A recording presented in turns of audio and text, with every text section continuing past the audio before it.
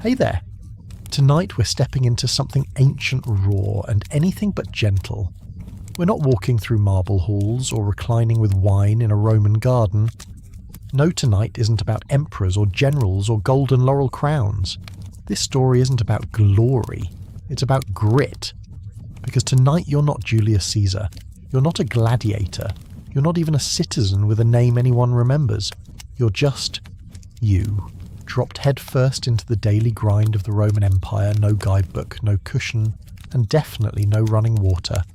So before you settle in, take a second to breathe, dim the lights, let the room go quiet, maybe turn on a fan, something soft in the background, something steady.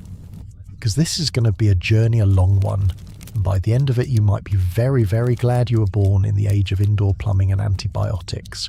Ready, good. Now close your eyes and open them again in Rome. You wake up confused, itchy, and slightly offended by the smell. Somewhere in the background you hear a baby crying like it's already seen too much of this world.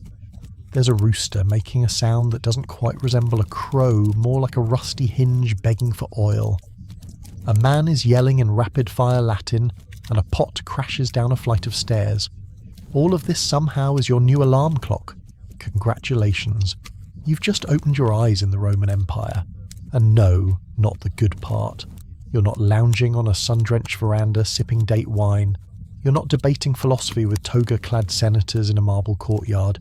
You're not bathing in rosewater while a servant plays the flute. You're in a fourth-floor unit of a Roman insula, the ancient world's idea of an apartment complex. If you imagine an apartment complex designed by someone who hated both safety and comfort. The kind of place that would fail every modern building code before they even open the front gate. Your room is just large enough for your body and your regret. There's no window, only a small hole in the wall that lets in air, or more accurately lets out smoke and lets in pigeons. The walls are stone slick with condensation in the summer and covered in frost during the winter. They don't insulate, they just echo your shivers. You lie on a straw mattress that squeaks scratches and smells faintly like it used to belong to a goat. There's a blanket, technically a damp, itchy square of wool, that offers the same warmth as a disappointed sigh.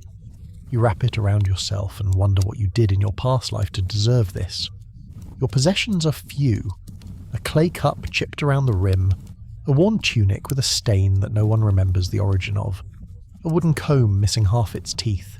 These are your treasures. Your dowry, your inheritance, your entire catalogue of material wealth. You cradle the cup like it's made of glass, because if it breaks, you'll be drinking from your hands for the foreseeable future. And then, in the far corner sits the true centerpiece of your room, a chamber pot. You don't talk about it. No one talks about it. It simply exists, a silent reminder that dignity is a luxury you no longer afford. It judges you without blinking, a porcelain oracle of all your past decisions. There's no toilet. Not in your room, not in your building, and certainly not anywhere near you. The plan is simple when nature calls you. Carry the chamber pot down 3.5 rickety flights of stairs and dump it into the open gutter that runs along the street. Ideally, you do this without tripping, slipping, or emptying its contents onto your tunic. The success rate is not encouraging. You can hear everything, every cough, every prayer, every argument your neighbours have, and every reconciliation they make afterward. The walls are thinner than your patience. Someone 2 rooms over is snoring like a war horn. Someone downstairs is humming off key while kneading bread. You can practically feel their elbows in your ribs even though you've never met them. The air is thick, not with incense or the scent of blooming flowers, but with smoke, mildew, unwashed bodies, and the collective suffering of 100 people living in a building held together by dust and denial. Every breath feels like you're inhaling a little bit of history and tuberculosis. There's a smell wafting up from below. Bread. Fresh, hot, handmade, likely made by the baker 2 floors down who wakes up before the birds. You're not getting any. You can smell it. You can dream about it. But that's as close as it gets to your reality. The best you can hope for is that the scent will linger long enough to season your imagination. Vendors are already yelling in the streets. Figs. Figs so sweet they'll make you forget your poverty. Fish guts. Today's catch. Yesterday's smell. A legionnaire barks orders in the distance, probably to someone who's already bleeding. The city never sleeps. It just pauses long enough to spit on your sandals and keep walking. You haven't even stepped outside and already you're sweating your back itches, and you may or may not be inhaling a steady stream of lead dust from ancient water pipes. This is Rome. Not the postcard version, not the myth, the reality. And in that reality, you're a single heartbeat away from absolute ruin. If you fall on the stairs, you might not get back up. If your chamber pot cracks, you'll spend the week borrowing your neighbour's and pretending it doesn't matter. If a rat steals your bread, well, you probably weren't meant to eat that day anyway. And still you survive. Somehow. You sit up, slowly. Your joints complain. Your back cracks. You brush straw off your legs and blink into the dimness of a room that's never known proper light. There is no mirror, but if there were, you'd see a face that already looks tired and the day hasn't even begun. The Roman sun hasn't yet peeked over the rooftops, but the workday is already lurking like a tax collector.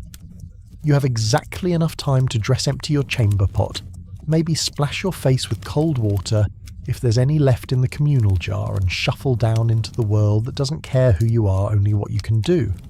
No coffee, no breakfast in bed, no phone to scroll while your body catches up with your soul. Just cold stone, itchy wool, and a bladder that needs solving. And when you walk out that door, don't forget your manners. You're about to share a latrine with a dozen strangers, all of whom believe in eye contact, public conversation, and not washing their hands. You might be tempted to think it gets better from here. It doesn't.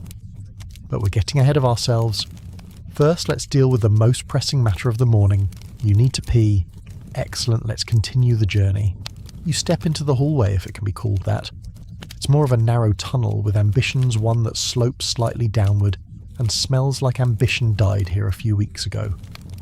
You clutch your chamber pot in both hands, trying not to think too hard about its contents or the fact that you're one slip away from starring in someone else's nightmare. The wooden stairs creak beneath your feet like they're negotiating with gravity. You've never considered yourself religious, but you whisper a quiet prayer to any deity with an interest in stair safety. Each step is its own adventure. Left foot, right foot, don't die. Again and again.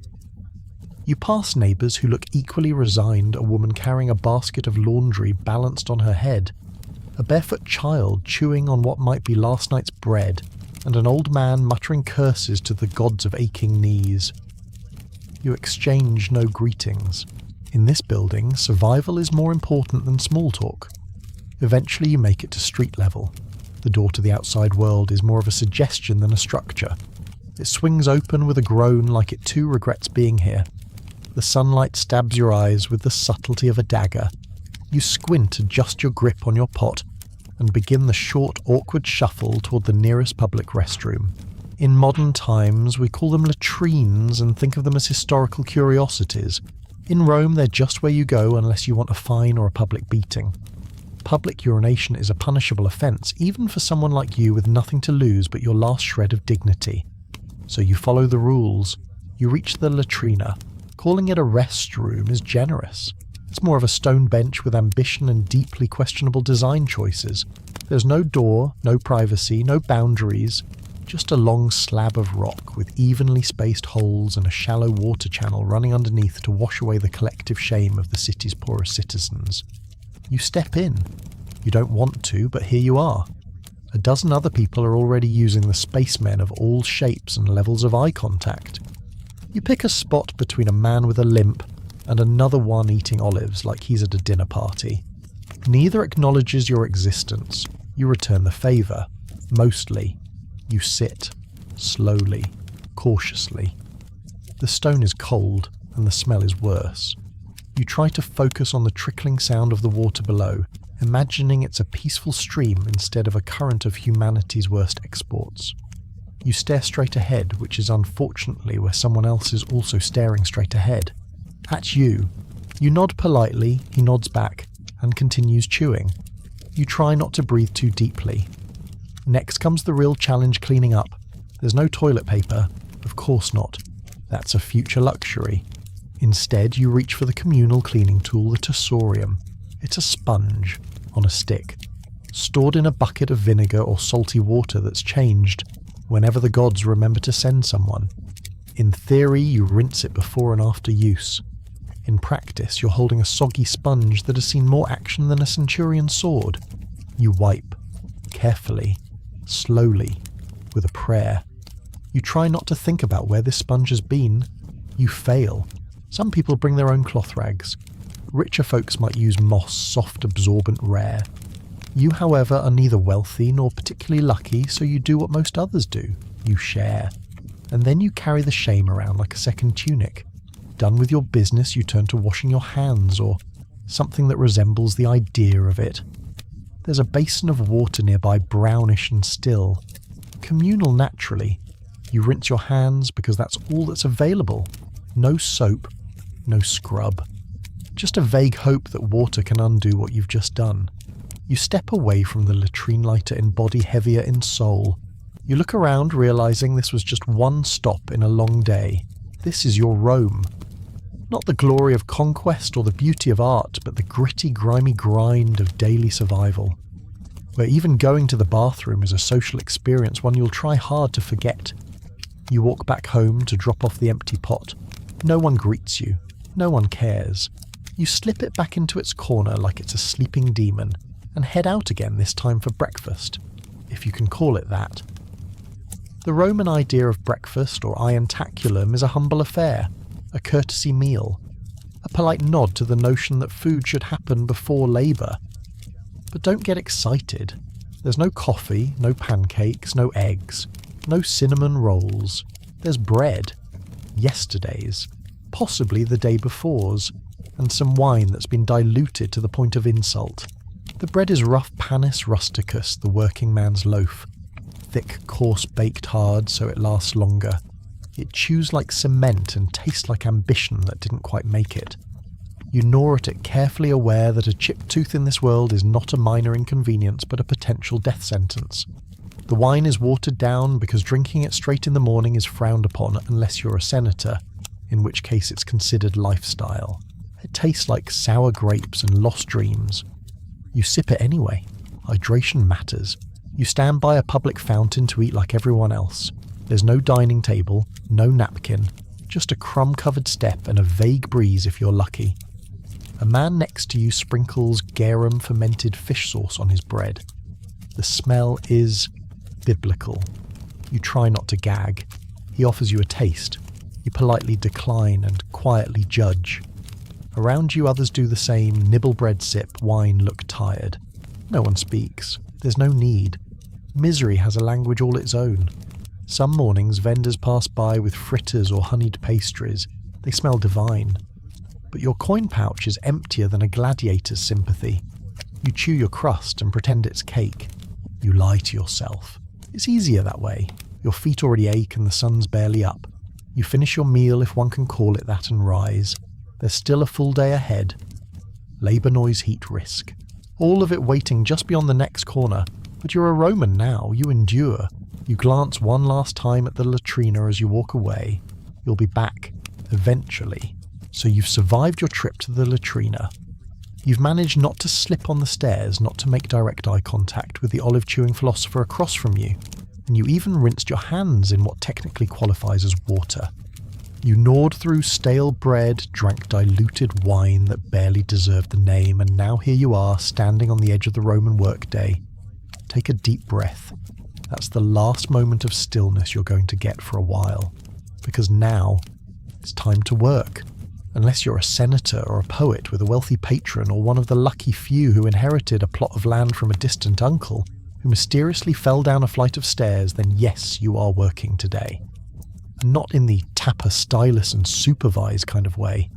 No, you're doing it the Roman way, the sweaty, sun-baked, back-hurting kind. Your job. It depends on the day, your debts, your injuries, and the favour of whatever god you happen to sacrifice to last week.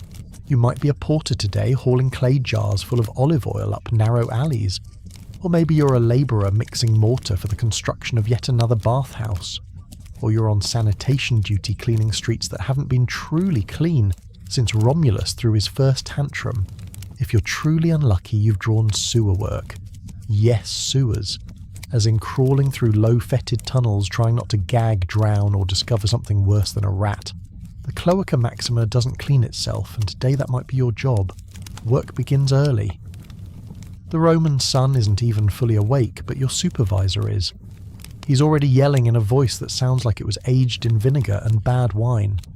He's waving a stick not because he likes pointing, but because hitting is considered an acceptable form of motivation. If you're late, you lose pay. If you complain, you lose your spot. If you get injured, you lose your future. There's no workers' comp, no safety net, no HR department to file a grievance with. Just you, the dust and the quiet understanding that if something breaks, it better not be you. The tools are simple, brutal, and barely functional. You dig with a shovel made of warped wood and rusted iron. You haul bricks with fraying rope slung across your shoulder. You lift stones with your bare hands and a groan that echoes through your entire spine. The gloves you don't have. The helmet you've never seen. And the concept of ergonomics hasn't been invented yet. The sun creeps higher, bringing heat that settles onto your back like punishment. Your tunic is soaked through. Your sandals leather held together by thread, and optimism offer no support and even less protection. Each step on a stone feels like stepping barefoot onto disappointment. If you're a craftsman, you're not exactly living the dream either. Sure, maybe you work under a roof, but you're churning out pottery sandals or cheap tunics alongside a dozen others, just like you, all undercutting each other to please fickle customers who want high quality and low price, and will insult you regardless of what you deliver. Competition is fierce. If someone doesn't like your product or worse, your face, they'll walk away and tell everyone you use cheap clay or dyed your wool with goat pee. And just like that, your income vanishes faster than a senator at tax season. Even the more refined jobs aren't a walk through the forum. Take the messenger, for instance. You're not delivering love letters and cupcakes. You're sprinting through the chaos of Rome with scrolls tucked under your arm, dodging carts, goats and pickpockets, hoping you don't drop anything important. If you do, good luck explaining that to your employer, or the accountant spending his day hunched over wooden abacuses squinting at numbers for a client who doesn't remember your name, but absolutely remembers if one coin goes missing. As some teachers, you think teaching was noble in ancient Rome. Try explaining Latin grammar to the spoiled children of wealthy families who've already been told they're gods. They throw ink, not tantrums, and they argue, in Latin, with better vocabulary than you. Now, if you're a woman, you're working too, just not for recognition or pay. You're weaving, sewing, selling vegetables at the market, managing a stall while bouncing a baby on one hip, and yelling at your oldest to stop licking the amphorae. At home, you're also cooking, cleaning, negotiating trades, tending the sick, and trying not to die in childbirth. Multitasking isn't just encouraged, it's required. And if you complain, someone reminds you how noble Roman women suffer in silence. Charming. Lunch. Ha. If you're lucky, you get a break. If your overseer isn't in a foul mood or trying to impress a visiting prefect, you might get a chance to sip some water and nibble another wedge of stone-grade bread. If not, you eat while standing, or you don't eat at all. Water comes from public fountains, which are marvels of Roman engineering, and also gathering places for every cough, sneeze, and unwashed hand in the district. The idea of clean water is optimistic at best. Still, it's that or dehydration, and no one wants to collapse in the street. You'd be ignored, robbed, or stepped over possibly all three before the hour's out. Sometimes, if the stars align and your coin pouch hasn't betrayed you, you might afford a small snack from a street vendor. Hot chickpea fritters, a smear of cheese, a handful of olives that weren't picked last month. But more often you just push through. Hunger is a companion you've learned to walk with. By now your body aches. Your back is tight. Your hands are raw. And the afternoon heat is doing its best to melt your ambition into the cobblestones. You wipe your brow, smear dirt across your face and keep moving. Because Rome doesn't care. Rome doesn't slow down. Rome expects. It expects you to carry more, lift faster, and shut up about the hernia that's been building for weeks. You think about quitting, but quitting isn't an option. There's no fallback plan. There's no quiet desk job waiting in the wings. There's just the work. And the fear of what happens if you don't do it. Sometimes, if your work ends early, or you're lucky enough to have a skill in demand, you get the afternoon free. But free in Rome just means time to fix your sandals, mend your tunic, check on a sick relative, or stand in a long line for grain rations that may or may not show up. And if you're a slave, well, none of this applies. Because then you don't get paid, you don't get thanked, and you don't get to stop. Ever. Your labour isn't your own. Your body isn't either. And your future is whatever your master says it is. By the time the sun begins to slide down the sky, you're more dust than human. Every joint creaks, every muscle complains. You walk home on legs that feel like twisted rope. Your skin is sticky, your tunic clings in all the wrong places, and you're not entirely sure you didn't pick up a rash from sitting on a sun-warmed slab of limestone for 4 hours. But you made it. Somehow. Another Roman workday survived. Barely. You reach your building and eye the staircase like it's a mountain. You climb it slowly, gripping the wall for balance. A neighbour passes you on the way down and doesn't bother to greet you. No one does. Everyone's too tired. You reach your room. It's still dark, still damp, still exactly what it was this morning, a barely there space between 4 walls and low expectations. You collapse onto your pile of straw. You close your eyes. And then somewhere outside someone starts yelling again. The day isn't over yet. You've survived the morning barely. You've climbed down the world's most questionable staircase. You've made peace with a public restroom designed by someone with a cruel sense of humour. You've eaten a breakfast that tasted like regret. And you've worked your body into a pile of aches that doesn't remember what comfort feels like. Now comes the part no one warns you about. Walking through Rome. The sun's high, now casting harsh light onto every cracked wall puddle of something unspeakable and rat that dares to exist publicly. And there are a lot of rats. They weave between your feet like they pay taxes, bold and unapologetic. You step around them, or at least you try. The street is alive and not in a poetic way. It's literally moving, buzzing, hissing, shouting. Everyone is yelling about something. Prices, gods, neighbours, debts. Someone's selling garum, that fermented fish sauce that smells like a sea monster's armpit. Someone else is hawking dried figs that crunch more than they should. A kid darts between legs, possibly stealing, possibly just running for fun. It's hard to tell. You hold your tunic close anyway. And then there's the noise. A constant stream of sounds layered like an angry cake. Vendors shout over donkeys. Donkeys bray over cartwheels. Cartwheels rattle over stones. Somewhere in the mix, a lute is being played very badly. Or maybe that's a man yelling in Greek.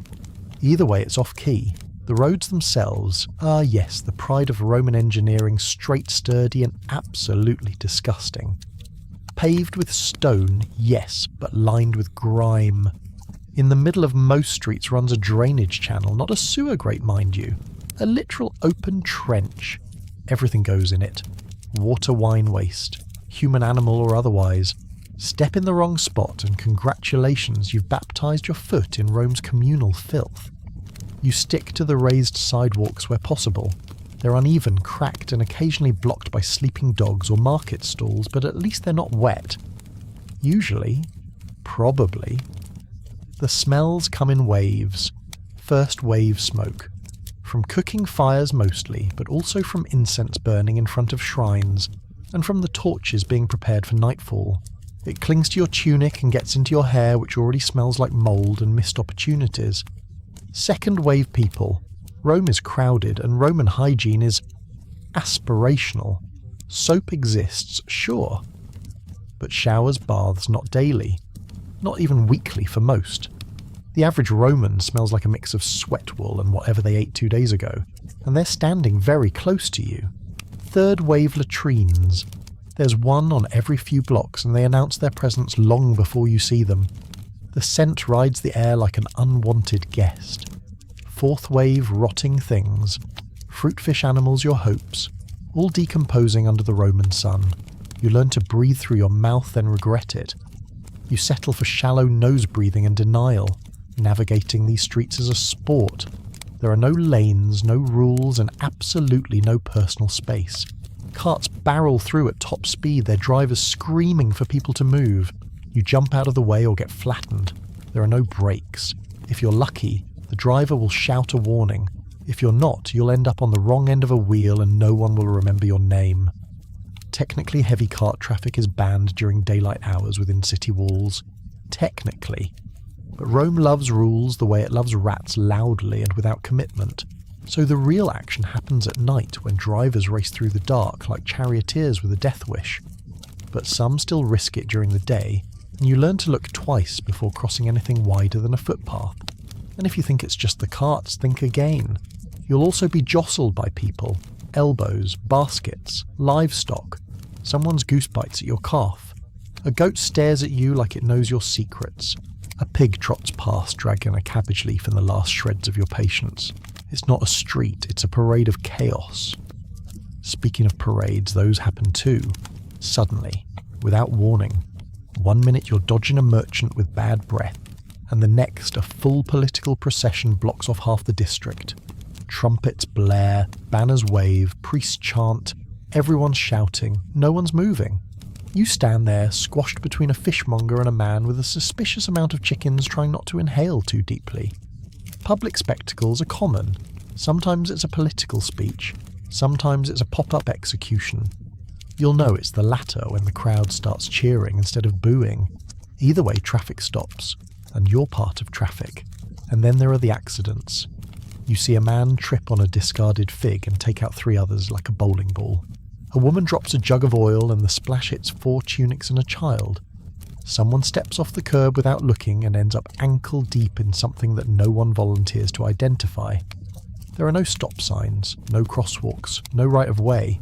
There's just you, your sandals, and 1,000 chances to lose a toe. You pass a man sweeping the street with a bundle of twigs tied to a stick. He's making no progress. The dust settles back behind him like a wave returning to the shore. He gives you a tired look. You give him one back. You're both in this together. And above all of this, above the shouting, the smells, the animals, the sewage, the crushing press of people, there's still something breathtaking, the architecture, the temples, the arches, the columns, all rising above the grime like stubborn monuments to Rome's impossible ambition. You stop at the edge of the forum and look around. There's the Senate building, where laws are debated by men who will never walk the streets like you do. There's a temple dedicated to a god you're not sure you still believe in. There's a statue of a former emperor, arm raised, as if to say, yes, I did all this, and no, I never took out my own trash. And even though your feet hurt and your back aches and your nose may never recover from what it just smelled for a moment, you pause. Because as much as Rome is exhausting and unforgiving, it's also astounding. It's messy and magnificent, terrifying and brilliant. It's a place where cruelty lives next to beauty, and where one step can take you from a pile of manure to a marble plaza. And then someone accidentally elbows you in the ribs and you remember you're standing in a street full of strangers, pickpockets and diseases. You keep walking. You pass a water fountain, one of many fed by Rome's famous aqueducts. The water glistens. You think about rinsing your face. Then you remember that the man ahead of you just washed his feet in it. You pass a stall selling bronze trinkets shaped like gods. A child tries to hand you one smiling. You smile back but don't take it. That's how they get you. Then the vendor appears and demands coin. You've been fooled before. The street narrows. You duck under a laundry line. You sidestep a man arguing with a goose. You wonder how long this city can keep functioning under the sheer weight of its own madness. The answer apparently is forever. Because somehow in all this chaos, Rome works. It limps along. It stinks and slips and screams, but it works. You reach the next corner.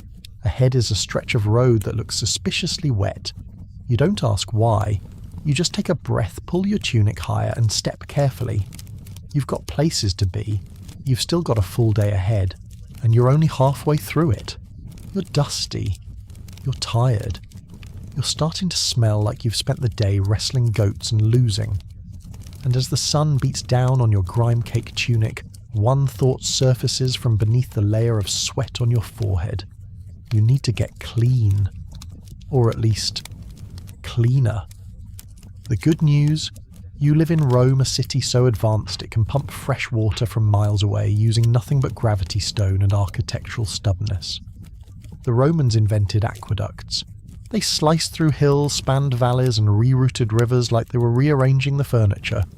It's a miracle of ancient engineering. The bad news: that water has zero interest in you personally. Unless you're rich enough to live in a domus with your own private fountain, a little courtyard garden, and possibly a mosaic of Neptune staring back at you while you rinse your toes, then no, the aqueducts do not exist for your bathing pleasure. You share the city's water with thousands of your closest unwashed neighbours. Your options for washing up fall into two categories: public fountains, public baths. Let's start with the fountains. You've passed them all day, decorative spouts built into walls, lion heads dribbling water into basins where people wash their hands, feet laundry, and sometimes their chickens. It's communal, it's accessible, and it's about as hygienic as licking a festival bench. You approach one now. A young boy is washing what appears to be a wounded pigeon in the basin. You back away slowly. Not today. Which leaves you with the second option, the Thermae Rome's iconic public baths. They're part spa, part social club, and part biohazard, and today you're going. You shuffle toward the nearest bathhouse, trying not to look like a walking dust sculpture. Your sandals slap against the stones. You pass a man selling roasted nuts, a woman arguing about olive prices, and a street performer playing two flutes at once poorly. The bathhouse looms ahead, a great hulking structure of brick and stone. Steam rises faintly from its rooftop vents. You pay a small fee at the entrance, hand over your few belongings to the attendant who may or may not return them, and step inside. First, the apoditerium or changing room. It's crowded, loud, smells like feet. You strip down, wrap a worn cloth around your waist, and try not to make eye contact. Bodies of every shape and status mill about: farmers, freedmen, retired soldiers with stories and scars, and one man who seems to be there solely to show off his muscular calves. You shove your tunic into a cubbyhole, mutter a farewell to your comb, and follow the others into the tepidarium, the warm room. This is the acclimation zone, not too hot, not too cold. The air is thick and humid. Your skin starts to sweat off yesterday's regrets. Mosaics line the walls, heroic scenes of myth and history, now partially obscured by condensation and mildew. You sit on a bench stone warm beneath you and wait for your pores to open like flowers of suffering. Then comes the caldarium, the hot room. It hits you like a wet slap. Heat, steam, sizzling air thick enough to chew. You step inside and instantly question every decision that brought you here. Your lungs beg for mercy. Your skin screams. This isn't relaxation, this is survival. A pool of scalding water steams in the centre. A man ladles hot water over his head, sighs like he's being reborn, then sneezes explosively. No one reacts. You take a seat on the edge, dangle your feet in, and wince. The heat sinks into your bones. You sweat. A lot. That's the idea. Supposedly it cleanses you.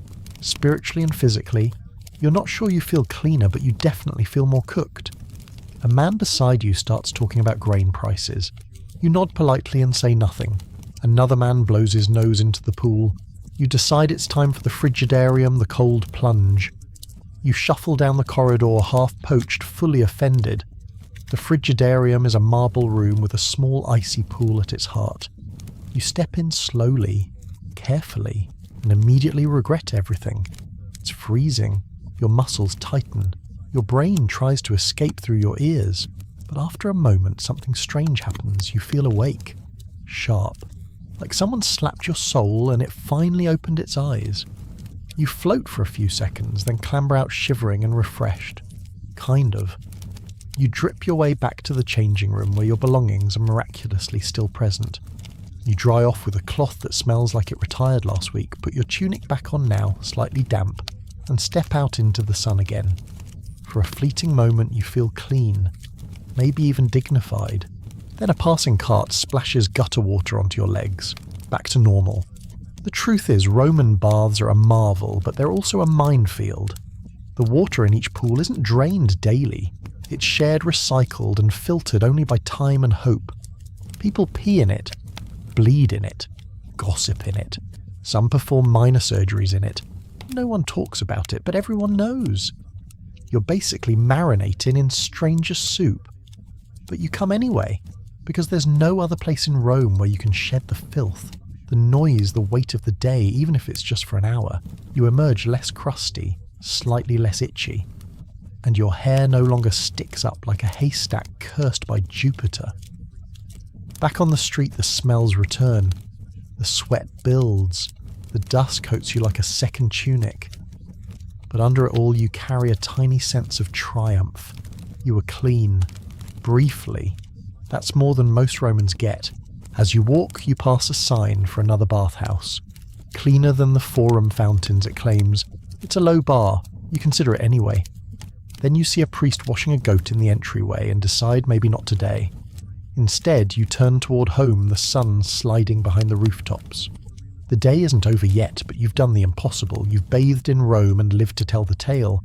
Sure, you might have picked up a skin rash or absorbed someone's heretical political opinions through osmosis. But for now you walk a little lighter. Your skin itches less. Your soul only slightly more. Let's say you trip on the uneven stones of the Forum. Maybe you stepped wrong. Maybe a goat surprised you. Maybe you were distracted by a half-naked philosopher ranting about morality while balancing a cabbage on his head. Either way, you're down. And something hurts. Your toe throbs. Your knee is bleeding. Your pride is somewhere near the bakery, having run away screaming. So what now? Welcome to healthcare in ancient Rome, a world where most treatments involve either wine vinegar, divine intervention, or guessing. There are no emergency rooms, no ibuprofen, and absolutely no idea what germs are. You're on your own. Let's start with the basics. You're in pain. And the Roman Empire, bless it, isn't particularly sympathetic. Pain, in fact, is expected. Admired, even. There's an entire school of philosophy stoicism built on the idea that suffering without complaint is the sign of a virtuous person. So if you're whimpering about a twisted ankle, most people just give you a look that says, grow up. Cato walked on a broken leg for 3 miles reciting Virgil. There's no ice to reduce swelling. No elevation, no take it easy. You limp, you endure, you keep going until the pain stops, or you do. Let's say the injury's worse.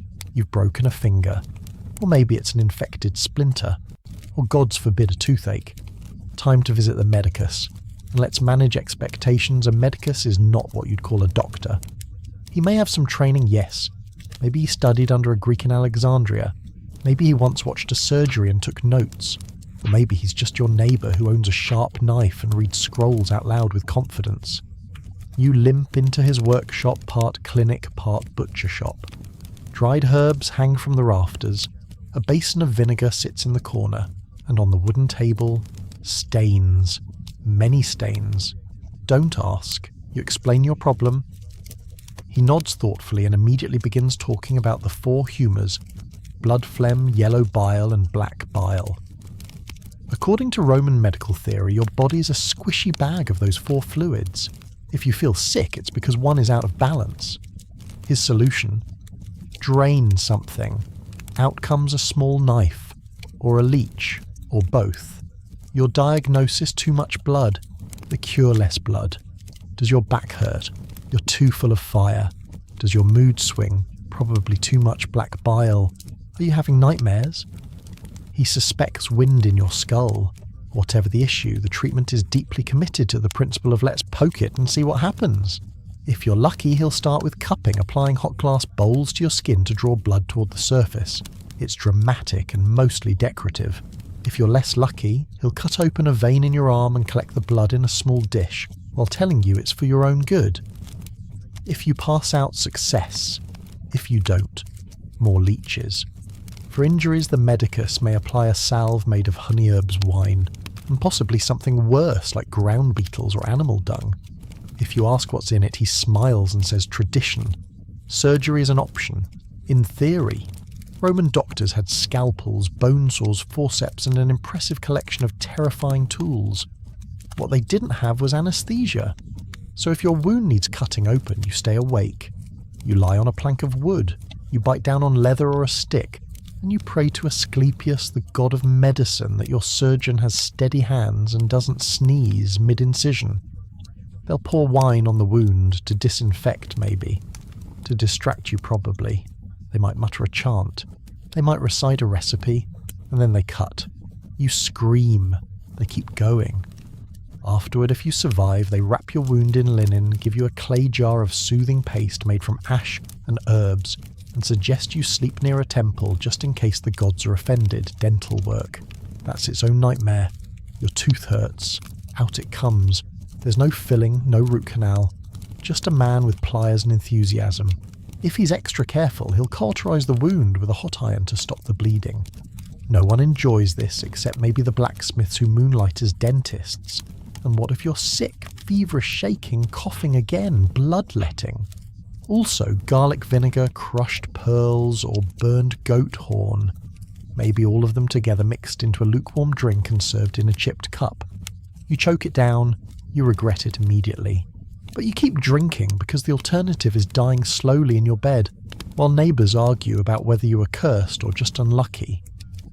Mental illness. Good luck. You're sad. Go for a walk. You're angry. Try more exercise. You're hearing voices. You must be possessed. Time to visit a temple and let the priest deal with it. They'll probably recommend fasting incense or being smacked with a sacred branch. None of this is fun. Most of it is painful. And all of it is uncertain. But despite the chaos, there's something remarkable the Romans were trying. They didn't understand bacteria, but they knew wounds needed cleaning. They didn't have antibiotics, but they recognized that honey helped prevent infections. They observed, they experimented, they recorded. Some of their treatments actually worked. Honey really is antibacterial. Vinegar does help with cleaning. Herbal salves had anti-inflammatory effects. Wine numbed pain. Clay helped draw out infection. They didn't always know why, but they knew something helped. And in a world without microscopes or modern science that was impressive, still getting hurt in Rome is a gamble. You might heal, you might limp forever, you might die because your neighbour sneezed into your water jug. And if you're poor, which let's be honest you probably are, then your chances of recovery shrink faster than your dignity in a public latrine. You make do with what you have, you chew on willow bark for pain. You ask the local wise woman for a charm. You wear an amulet shaped like a phallus and hope it scares away diseased spirits. Pain is normal here. Everyone limps. Everyone groans when they sit. Everyone has a scar from something they didn't have time to treat properly. And somehow life continues. You hobble out of the medicus shop, one arm bandaged, one eyebrow raised. You're not better, but you're not dead. That counts as a win. As you walk back through the city, you see others like you. A man missing 2 fingers still selling grain. A woman with a burn on her cheek haggling over eggs. A boy with a limp chasing pigeons like nothing's wrong. And you realise Romans don't wait to be pain-free to keep going. They move, they work, they endure. And later they might write a poem about it because that's what Stoics do. So you limp on aching, patched up with mystery paste, possibly a little drunk from your medicine, and definitely unsure if you're healing or slowly turning into a legend. Either way, you're still standing, and in Rome that's about as close to recovery as anyone gets. You've survived another Roman afternoon. Your limbs ache, your stomach growls like a cornered wolf, your tunic is dustier than a scroll in a senator's attic, and your soul, battered from a full day of surviving Rome, begs for comfort. So now it's time for dinner, or as the Romans call it, cena. But before you get too excited, let's manage expectations. This isn't a Tuscan feast. There's no pasta, no pizza, no tomatoes, potatoes, sugar butter chocolate, or even decent bread. This is Rome, not Renaissance Italy. Dinner isn't romantic, it's survival. You trudge home, whatever that means in your world, maybe a cramped apartment on the 4th floor of a tenement where the ceiling leaks garum, or a shared room behind a tannery where every meal smells faintly of urine. Either way, you're home, and you're hungry. Your options depend on one key factor: money. If you're a poor Roman, which again you almost certainly are, your cena is going to be cheap, simple and depressingly familiar. The centerpiece of your evening meal is a thick brownish porridge called pulse. It's made from spelt lentils, chickpeas or beans boiled into a hot mush with all the enthusiasm of wet cardboard. If you're lucky, there's a pinch of herb in it. If not, it tastes like the inside of a clay jar, bland, gritty and slightly judgmental. You scoop it into a chipped wooden bowl, grab your wooden spoon, assuming it wasn't stolen this morning, and settle onto your bench, or crate, or the floor. No one's judging. Everyone's equally uncomfortable. There's no tablecloth, no napkin, no ambience. Just you, your bowl of beige sadness, and the faint sound of your neighbour coughing through the wall. Protein. That's a dream. Unless you hunted it, caught it, or inherited it from someone who died choking on it, meat is rare. Occasionally you might get a scrap of dried fish or salted pork, but mostly protein is a seasoning, not a portion. If you're really fortunate, you might add a drizzle of garum rome's infamous fermented fish sauce. Think soy sauce's evil cousin. Smells like low tide, tastes like sodium and betrayal. Romans love it. They pour it on everything. You hold your breath and try not to gag as you add a few drops to your bowl. If you have extra coin, maybe you stop by a street vendor on the way home. For a couple of asses, you can get a chickpea fritter, a stale roll smeared with goat cheese or some skewered dates if the seller likes your face. These are small luxuries, moments of hope, a bite of sweetness in a day defined by dirt. And then there's the wine, always diluted, always questionable. Romans believed drinking wine straight was barbaric, so they cut it with water sometimes, with herbs or honey, but mostly just enough to make you forget that water itself isn't always safe to drink. You sip it slowly, not because you're savouring it, but because you're trying to avoid the aftertaste of mildew and copper pipe. If you're lucky, the wine was stored in a clean amphora. If not, it tastes faintly of the last three things that amphora held, probably olives, vinegar and shame. As you eat, you hear other families doing the same. A mother yelling at her kids, a father burping loud enough to startle pigeons, someone arguing about figs, a baby crying, a dog barking at a shadow. It's all part of the Roman dinner soundtrack. There's no "how was your day" here. Everyone knows how it was bad. You chew your way through the pulse, trying not to crunch a stone left in the lentils. You consider saving half for later. You don't. You finish it, lick the bowl and pretend you're full. Now for the wealthy Cena is something else entirely. If you happen to be a senator, merchant, prince, or inherited your fortune from someone who bribed the right gods, your dinner is a spectacle. You recline on a cushioned couch in your triclinium, a dining room designed for showing off and slowly digesting things. Slaves fan you gently, musicians pluck stringed instruments in the corner, and the food keeps coming in waves like a tide of excess. You don't eat because you're hungry. You eat to be impressive. Roasted peacock, stuffed dormice, flamingo tongues, honeyed locusts, jellyfish and vinegar. Everything either costs too much, smells strange, or challenges your understanding of dignity. Nothing is simple. Even the bread has seeds you can't pronounce. You're reclining on your side, eating with your fingers, sipping wine from glassware imported from Egypt, and complimenting your host on the taste of snail brains. Meanwhile, your slaves bring you towels and pick bones off the floor. Occasionally a poet stands up and recites something about Mars and lust, and when you're full, you purge, literally. There's a servant with a bucket behind the curtain. You excuse yourself, vomit up the last course and return for dessert. It's not gross, it's just dinner. But for most Romans, Cena is not indulgence, it's necessity. You finish your meal, wipe your hands on your tunic, sip the last of your wine, now warm and bitter, and you feel not satisfied, but not starving. That counts. You lean back against the wall. The room darkens. The fire in the brazier pops.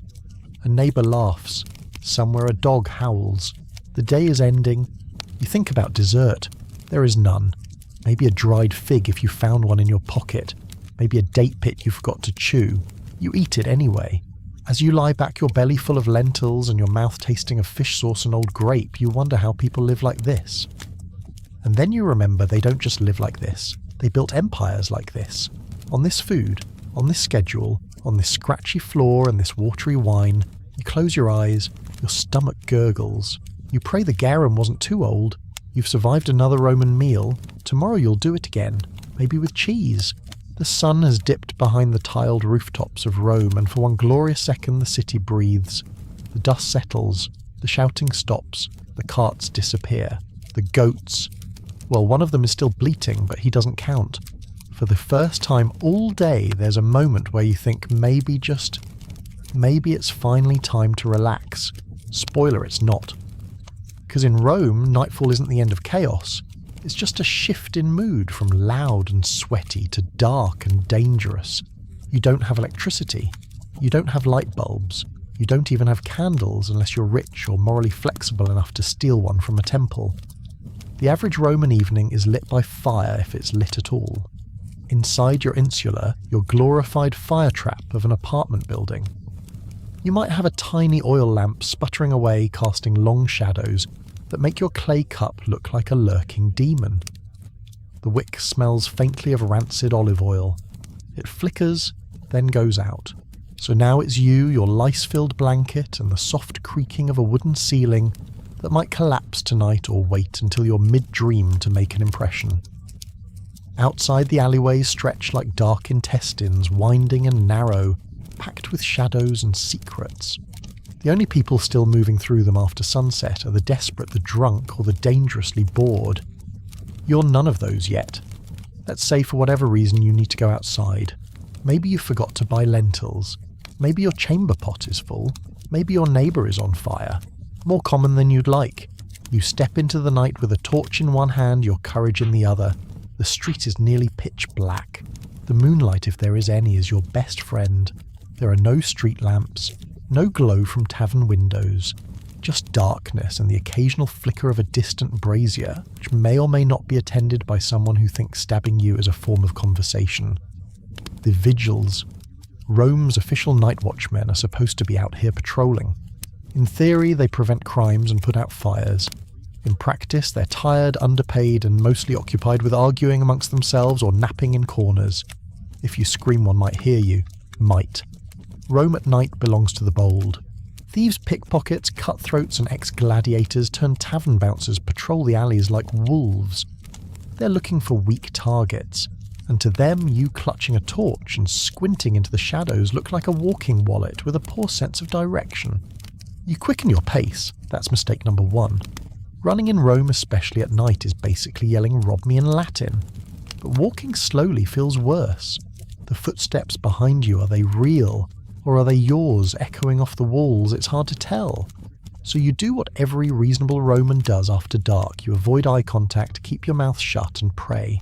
To Mercury, the god of travellers, thieves, and occasionally both at once. And while you're avoiding people, don't forget about fire. Because Rome's greatest enemy isn't barbarians, it's heat plus wood plus negligence. Your apartment building, charmingly built out of dry lumber sawdust dreams and 400-year-old spiderwebs, is a matchbox waiting for a spark. And spark it does. Cooking after sunset is illegal technically because of the fire risk, but who's enforcing that? Certainly not your hungry neighbour 3 floors up who decided his half-rotten sausage just can't wait. One overturned oil lamp, one cracked brazier, one gust of wind, and suddenly the building's glowing orange and everyone screaming your name like you started it. There's no organised evacuation plan, no sprinklers, no fire escape, just you, your sandals, your tunic if you remembered it, and a hallway full of choking smoke as you sprint down stairs that were barely safe when they were dry. And if you survive, if you make it into the street coughing and barefoot, only slightly singed, congratulations, you're now homeless. Again. Fires in Rome happen all the time. The Great Fire of 64 CE lasted over a week and destroyed more than half the city. No one knows exactly who started it, but everyone has a theory. Some blame Nero, others blame the Christians, some just blame the rats. Whoever did it, you can bet one thing: it started at night. So you lie awake listening for the crackle of flames, wondering if tonight is the night you run again. And if it's not fire or thieves keeping you up, it's noise. Rome does not sleep. It sings. It argues. It screams. Taverns are still open, filled with wine-soaked arguments and the occasional brawl that spills into the street. You hear pottery break. You hear someone yell about Jupiter's thighs. Someone is singing off-key. Someone else is vomiting out a window and you hope it's only wine. Then there's a religious procession. Because yes, Roman gods demand attention at all hours. You wake to the sound of drums and chanting. You stumble to your window and see priests carrying torches, statues, incense burners, and what appears to be a sacred pig. They're praising Cybele or Bacchus, or some obscure god of mildew. You're too tired to care. The procession passes. The smell of smoke lingers. You try to sleep again. Your bed is still straw, still damp, still slightly bug-infested. The blanket itches. The walls groan. A rat runs across your foot like it's paying rent. You curl up, mutter a few curses, and try to sleep anyway. Then someone starts arguing 2 floors above you, loudly, in Latin, with crockery. You sigh. Moments later, a different sound passion. Someone nearby is enthusiastic. You stare at the ceiling and wonder how walls can be so thin and yet still leak. Eventually, at some unknown hour, the noise fades. The city sighs again. Your eyes close, and maybe for a brief flicker of time you rest. But you don't sleep. Not really. Because in Rome even the dark is loud. The rooster crows. Or maybe it's a drunk guy arguing with a chicken.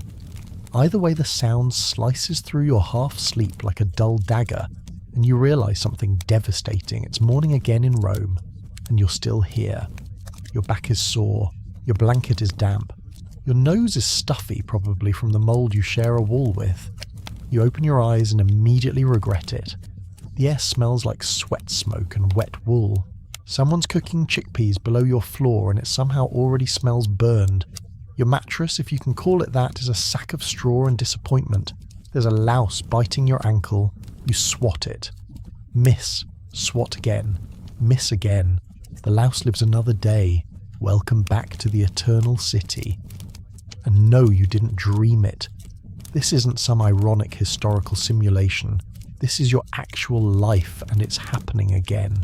Because in Rome, the most Roman part of life isn't the Colosseum or the toga or the aqueducts. It's the grind. The never-ending cycle of waking, working, walking, worrying, sweating, scraping, aching, and then somehow doing it again. You sit up slowly like a clay statue coming to life in stages. Your body cracks. Not just joints. Everything. The stone wall beside your bed glistens with condensation. One corner is growing a green fuzz that might be moss, or might be something alive that has opinions. You decide not to ask.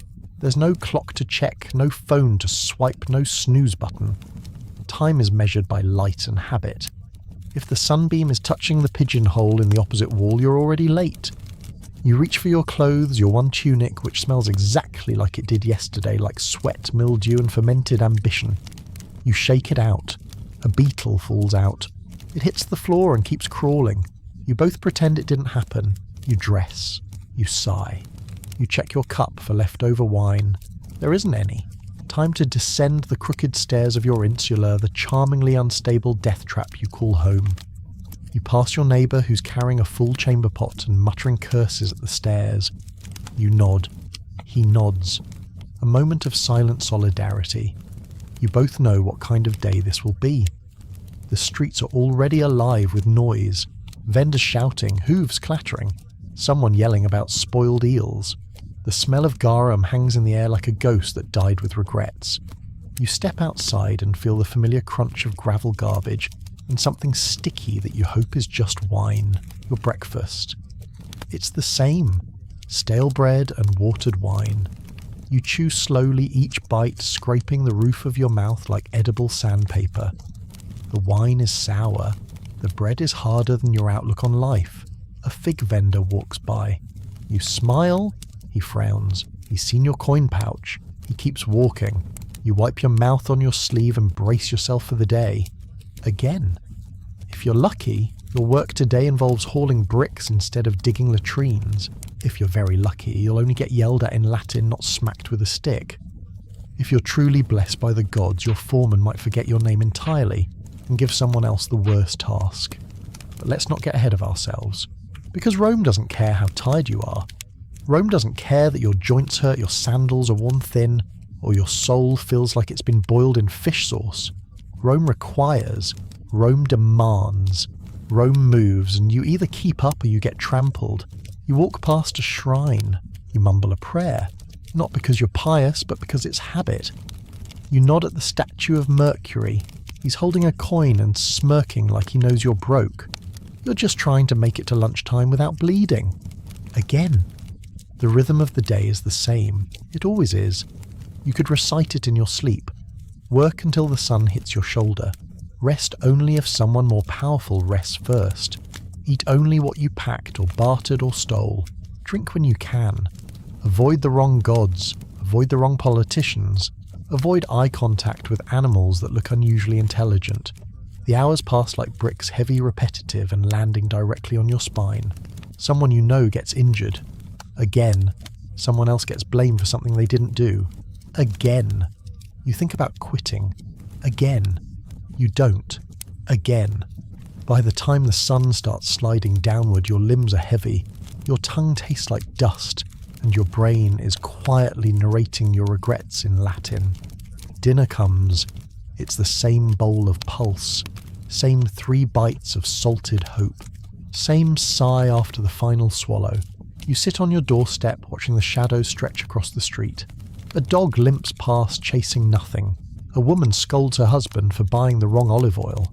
Children play with sticks and shout about chariots. And you stare at the sky. Because for a brief moment, as the city exhales its daytime breath and inhales the coming chaos of night, you feel something strange. Not joy, not peace, but continuity. You survived. Again. And in Rome, that's not nothing. You lived through a day with no safety nets, no clean water, no refrigeration, no antibiotics, no painkillers, no social mobility, no human rights hotline, and no escape. You carried bricks with your bare hands, ate bread that could chip a tooth, dodged chariots and thieves, washed your face in recycled bath water and prayed not to get dysentery from it. And tomorrow, you'll do it again. Not because you want to, but because that's what Romans do. You adjust your tunic, lie back against the wall of your insula, and close your eyes for just a moment. Your neighbour farts. A rat scurries across your foot, and the pigeon in your roof beam sighs deeply. It's Rome, your home, again. Let's say you have a simple task, walk across the city to buy lentils. Sounds easy, right? You've survived a Roman morning. You've eaten your wine-flavoured sponge rock. You've bandaged your blistered feet. Surely a quick errand can't be that bad. Wrong. Because once you step out of your tenement and into the open air, you realise something crucial. The Roman street is not a road. It's a combat zone with no weapons, no rules, and no concept of personal space. To navigate it is to dodge, weave, guess, and survive. First, let's talk design. Roman roads are famous the stuff of legends. Straight paved, built to last for centuries. True, but that's only between cities. Inside the city, the streets are a different story. They're narrow, cramped, more like muddy veins than orderly boulevards. Foot traffic carts, animals, vendors, and sewage all crammed together in a space barely wide enough for your dignity. There's a sidewalk, technically. It's about a foot high, made of uneven stones and frequently blocked by baskets, barrels sleeping dogs, or someone aggressively selling figs. You step off it. You're now in the trench. The trench is the middle of the street where everything happens, and I mean everything. Let's take a stroll, shall we? You step down and immediately regret it. Your sandal sinks into something wet. Could be water, could be wine, could be a bodily fluid. Let's not investigate. A goat head rolls past you, followed by the goat's body. No one blinks. A chariot clatters by with no warning, no brakes, and zero regard for pedestrians. The driver is shouting something about grain prices and possibly trying to hit people for sport. You dive back onto the raised walkway just in time to avoid getting clipped and nearly collide with a man carrying a basket full of eels. Live ones. One slaps you in the face. The man shrugs. Welcome to the street. Let's talk sounds. Everything here is loud. There's no background noise, it's all foreground. Metal striking stone, hooves clattering, a fishmonger yelling about his discount oysters, a pickpocket getting chased by 2 other pickpockets, who are angry he's on their turf. There's a baby screaming in Greek, someone reciting Virgil dramatically to no one, a dog barking at a statue, a drunk nobleman loudly declaring his hatred for figs which he is still eating, and amid the noise is the language soup. Rome is an empire after all. People from every province walk these streets. Gauls, Egyptians, Syrians, Britons, Spaniards, Greeks. You hear a dozen dialects at once and understand none of them. It's beautiful, chaotic, and makes ordering lunch a linguistic roll of the dice. Now let's shift to smell. The first scent that hits you is smoke from street fires, food stalls, and whatever someone just burned that probably wasn't meant to be on fire. Then comes the smell of Garum Rome's famously putrid fish sauce. It wafts from nearly every doorway, every tavern, from the sleeve of a man who hasn't changed tunic since Augustus was a teenager. Add in the scent of open latrines, unwashed citizens, wet fur, and something mysteriously sweet and sour, and the Roman street becomes a scented adventure that your nose may never recover from. And yet, it works. Somehow. You pass a woman selling grapes, another selling olive oil out of reused wine jugs. A child walks by with a clay flute. A man sharpens knives while singing about Neptune's beard. A group of senators' children run past you, dressed in miniature togas and already more smug than most emperors. You hate them instinctively. Then there's a procession, of course there is. There's always one. Priests carrying a statue of some minor god on a litter, followed by drummers, incense bearers, and a man throwing flower petals like he's being paid by the handful. The street comes to a standstill. You're not getting those lentils anytime soon. Instead, you step into a shop front to wait. The shop sells nothing you need. It's a specialty incense stall that somehow also offers dental services. But the shade is nice, and the owner lets you sit if you promise not to steal his cat. Eventually the parade passes and you continue on. You dodge a wagon. You sidestep an argument. You accidentally make eye contact with a monkey wearing a small bronze helmet, and its owner demands a coin for the trauma you've inflicted. You pay. You don't have the emotional bandwidth to argue with a monkey handler today. You finally reach the market, a glorious, sprawling circus of smells.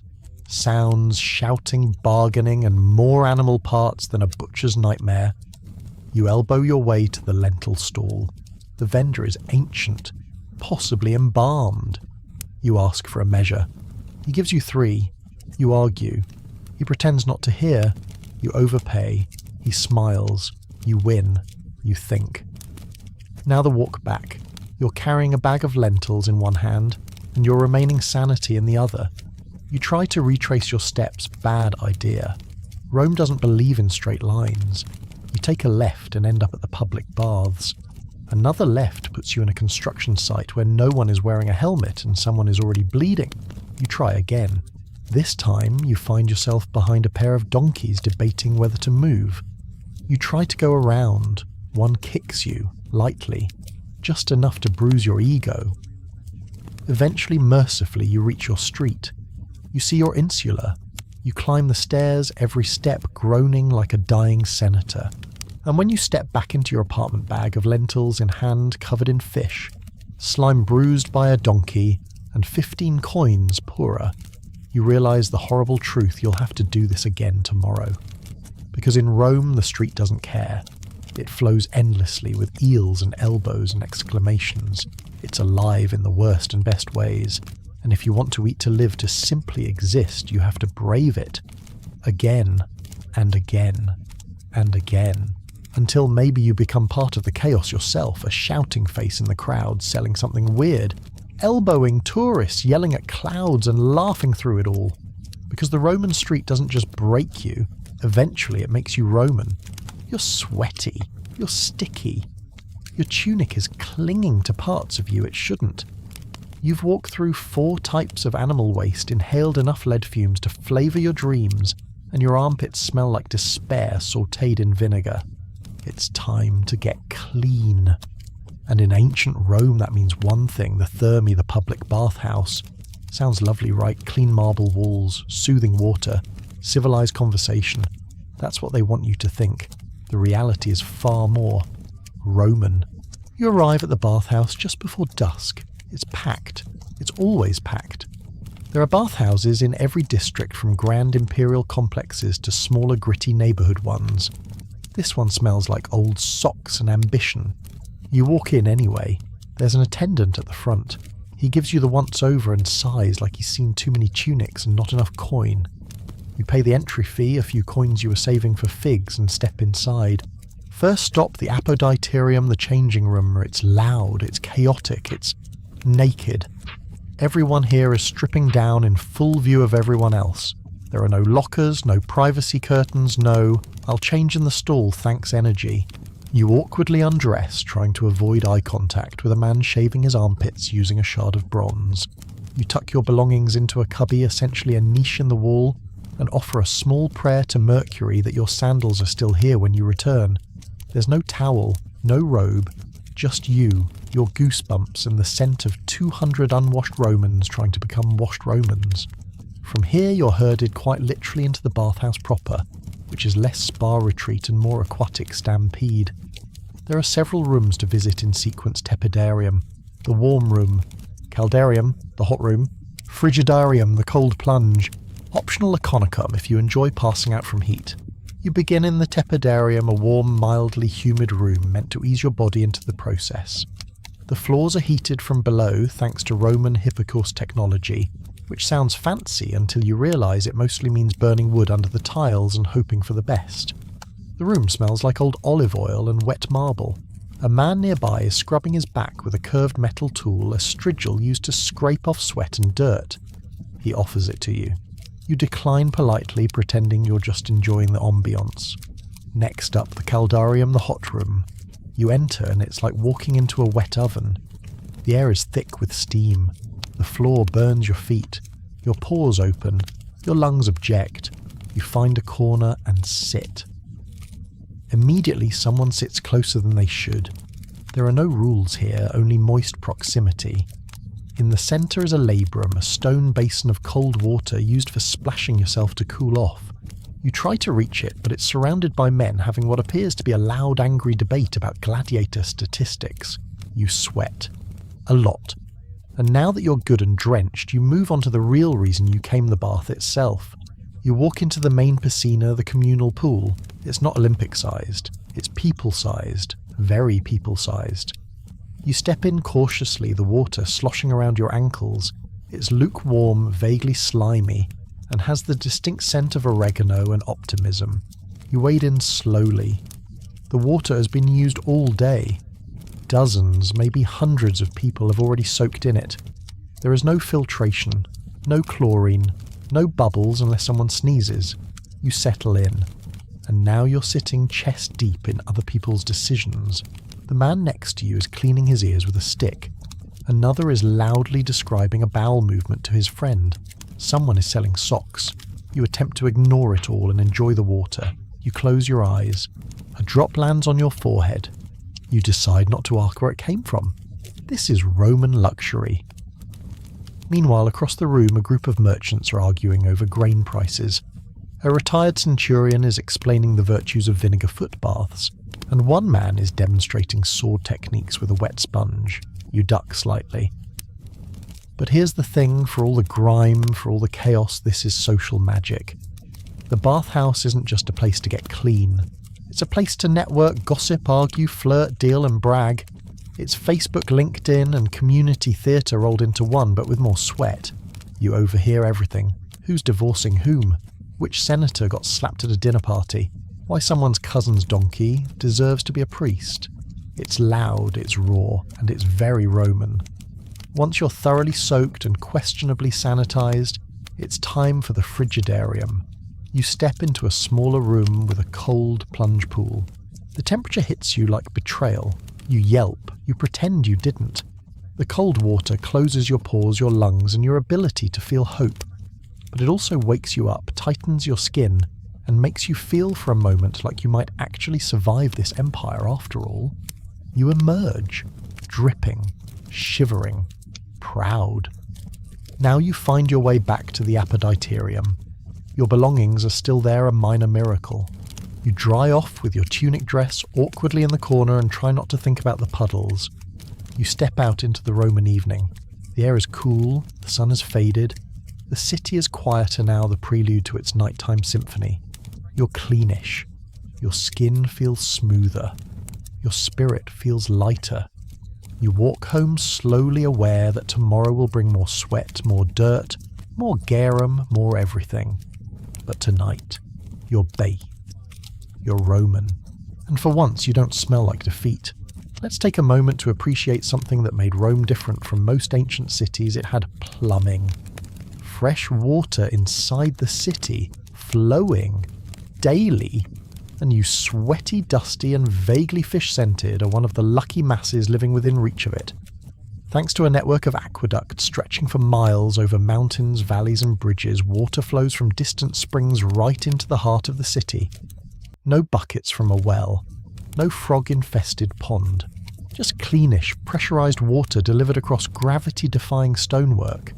The Romans called it a gift from the gods, and for a moment, as you cup your hands beneath a spitting fountain on the corner of your insula, you believe it. But that's before you notice what else is floating in it. A fig stem, a dead wasp, and something suspiciously like a piece of shoe leather. You drink anyway, because you're thirsty, and because Romans, despite their obsession with wine and fermented fish, were also pioneers in hydration. Sort of. Let's unpack it. Rome's water came from a dozen different aqueducts, each with its own name, route and personality. The Aqua Claudia, the Aqua Marcia, the Aqua Virgo. They ran above ground in majestic arches and underground in dark, echoing tunnels. Together they brought in millions of gallons a day. That water-filled fountains, public baths, cisterns, and even private homes if you were rich enough to afford the privilege of plumbing. For the average Roman, the best-case scenario was living near a public fountain, where you could fill your jar before someone's dog decided to use it as bath. The water flowed constantly, no on-off switch, no meter. It gushed, spilled, soaked, and leaked everywhere. Which sounds beautiful, until you remember the pipes. Let's talk about the pipes. They were made of lead. That's right. PB, plumum, poison metal. Romans didn't know it was toxic, not in the way we do. They knew it had a taste. They knew it made people sick sometimes. But they also knew it was flexible, easy to mould, and didn't rust, which in engineering terms was a win. So they used it for everything: downspouts, drinking, fountains, house feeds, even the lining of wine jugs and cooking pots. And the name it stuck. That's where we get the word plumber from plumbarius, a worker of lead. Which is ironic, because in Rome your plumber was also your potential executioner. You see lead leaches into water over time, especially warm water, especially when it sits still. Which meant that every glorious bath, every refreshing sip, every celebratory wine dilution came with a side of heavy metal toxicity. The effects subtle, long-term, devastating: anemia, infertility, memory loss, mood swings, madness. Some scholars even speculate that the slow drip of lead through elite Roman bloodstreams may have contributed to the empire's downfall not by sword or politics, but by plumbing. Of course, the poor weren't entirely spared. They might not have had personal pipes, but the public fountains they relied on were often connected by lead too and rarely cleaned. The water basins at bathhouses, reused hundreds of times a day, brewed more than gossip. And when it rained, which it did, runoff from latrines, animal pens, and open gutters would mingle beautifully with your drinking supply. Rome's sewer system was efficient. Yes, the Cloaca Maxima was a marvel. But efficient doesn't mean clean, especially when people casually dumped chamber pots into the street. So while your regular Roman citizen may be enjoying the perks of a water-rich life washing, sipping splashing your face, your organs are silently absorbing a cocktail of minerals, microbes, and mystery substances. But hey, you didn't know that. No one did. What you did know is that water in Rome wasn't free. Not really. You didn't pay for the liquid, you paid for access. And that access was a status symbol. Wealthy households had private fountains, even personal bath chambers with heated water. Villas in the hills had irrigation systems, fish ponds, decorative water features shaped like dolphins and slaves to fetch chilled water from the mountains. The poor, on the other hand, fetched theirs from public spouts, crowded, dirty, competitive. You waited in line. You defended your place with elbows. You carried water back to your fourth-floor apartment using a jug that may or may not still be watertight. You tried not to spill. You always spilled. Sometimes you slipped. Sometimes someone else slipped on your spill. Sometimes you ended up with a broken wrist and a scolding from the local augur for angering the water gods. And if you wanted to bathe, truly bathe, your options were public. Public fountains, public baths, public shame if you skipped them too often. Because Romans might not have had soap, but they had expectations. They believed in hygiene as a virtue, especially among the urban classes. A well-scraped body, a fragrant oil rub down, and a quick visit to the steam room were considered not just polite, but necessary for social survival. Smell too bad and people noticed. Ignore personal grooming and people talked. Look greasy enough and someone might suggest a ritual purification. So water, while technically free-flowing and abundant, came with strings. Social, political and biological. But it wasn't all doom and lead, because despite the health hazards, Rome's water system was still astonishing. No civilization in Europe would match it again for over 1,000 years. The aqueducts stayed standing. Many still stand today. They fed the fountains that fed the people that built the empire that reshaped the world. And that's the paradox of Rome. They solved problems no one else dared tackle with tools that later poisoned their grandchildren. They were brilliant. They were reckless. They built marvels out of limestone and guesswork and dared the future to catch up. So the next time you turn on a faucet, take a hot shower or drink tap water without flinching, remember the Romans. They got there first, and they brought the lead. Let's talk about something Rome didn't invent, but absolutely perfected: pain. Not the poetic kind. Not the kind you read about in scrolls or whisper about in temples. We're talking sharp, ragged, unfiltered and relentless pain. The kind that comes from lifting bricks until your spine surrenders, the kind that festers under a splinter. You didn't notice 3 days ago, the kind that wakes you at night and laughs when you try to fall back asleep. In ancient Rome, pain was not an inconvenience. It was a lifestyle. Let's start with the basics. You stub your toe. There's no ice, no bandage, no cute Roman version of Neosporin. Just a string of Latin profanity and a slow, painful limp that you hope doesn't become permanent. You get a splinter from hauling lumber. At first you ignore it. Everyone does. Then it turns red, then purple. Then it starts to smell a little off. You try to squeeze it out. Nothing comes.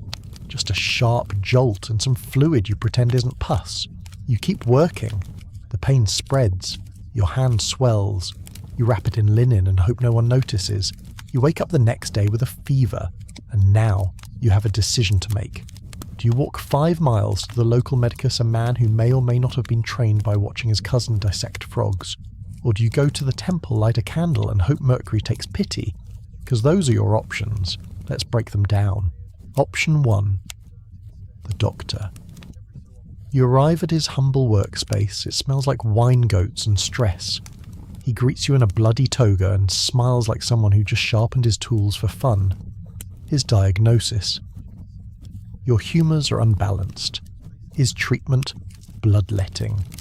He pulls out a knife or a lich, sometimes both, and goes to work. You lose half a pint of blood, 2 ounces of dignity, and your will to live. Then he offers you a salve made of crushed beetles and vinegar and sends you on your way. If you're lucky, you recover. If you're not, you lose the hand. If you're very unlucky, you become a cautionary tale told at bathhouses. Option 2. The temple. Here you lie on a stone slab and wait for a vision. You fast, you chant, you dream.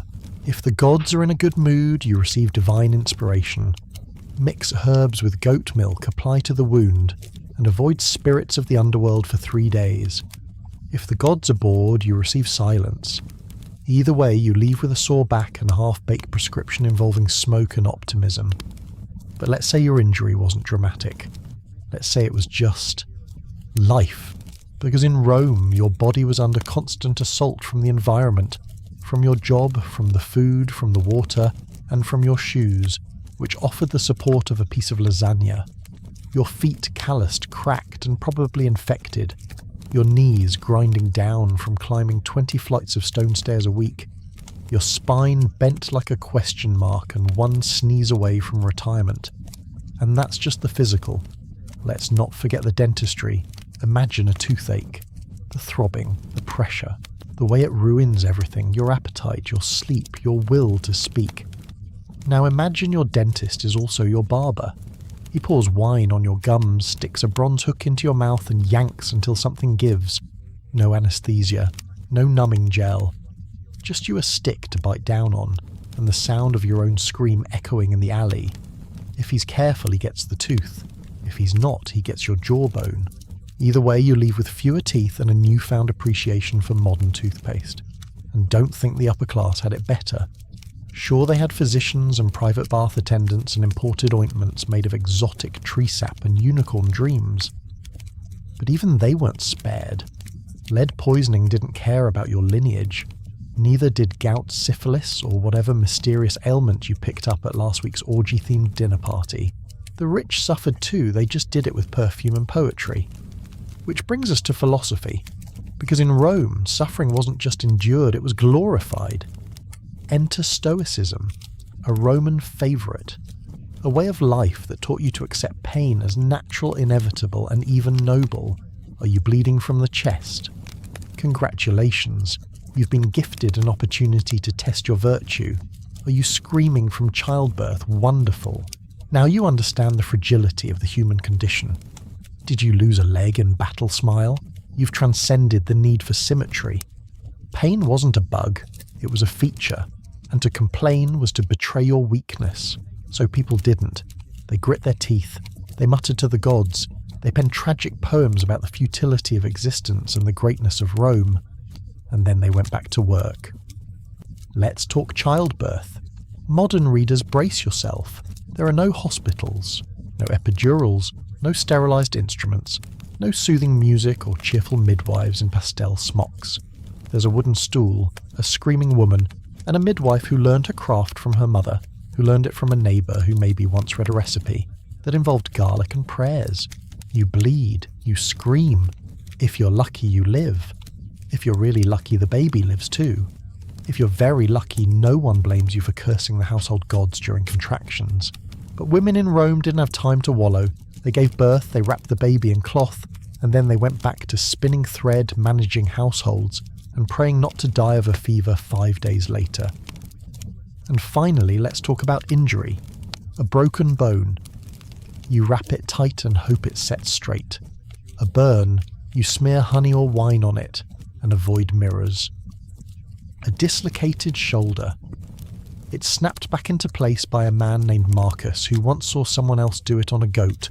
There is no safety net, no workers' comp, no recovery leave.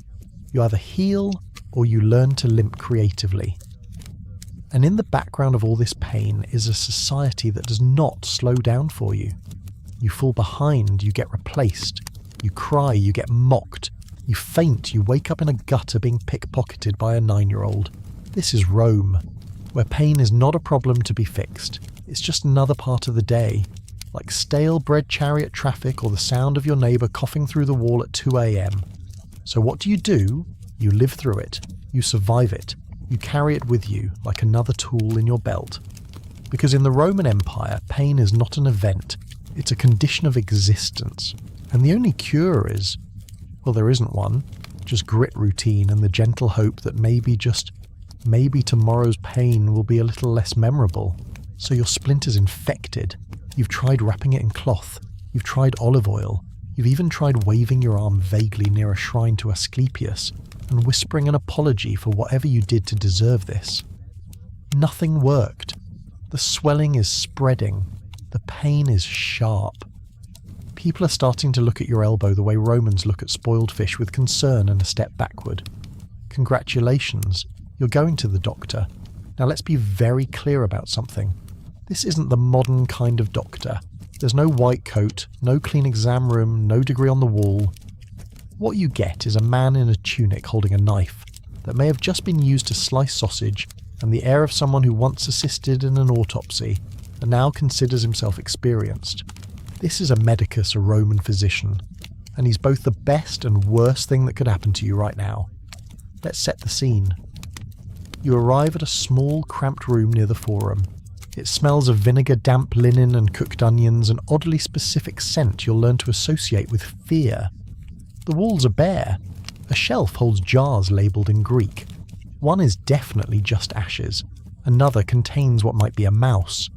There's a stool to sit on and another for you to grip during procedures. The doctor greets you while sharpening a scalpel. He asks what's wrong. You show him the arm. He frowns, in thought mutters something about imbalanced humours and pours wine over your elbow. Not to disinfect, that's just how you begin things here. Now comes the diagnosis. Roman medicine is based on the theory of the four humours blood, phlegm, yellow bile, black bile. Your health is a balance of these. If something's off too hot, too cold, too moist, too dry, something has to be removed. You, my friend, are clearly too full of something, the solution. Let it out.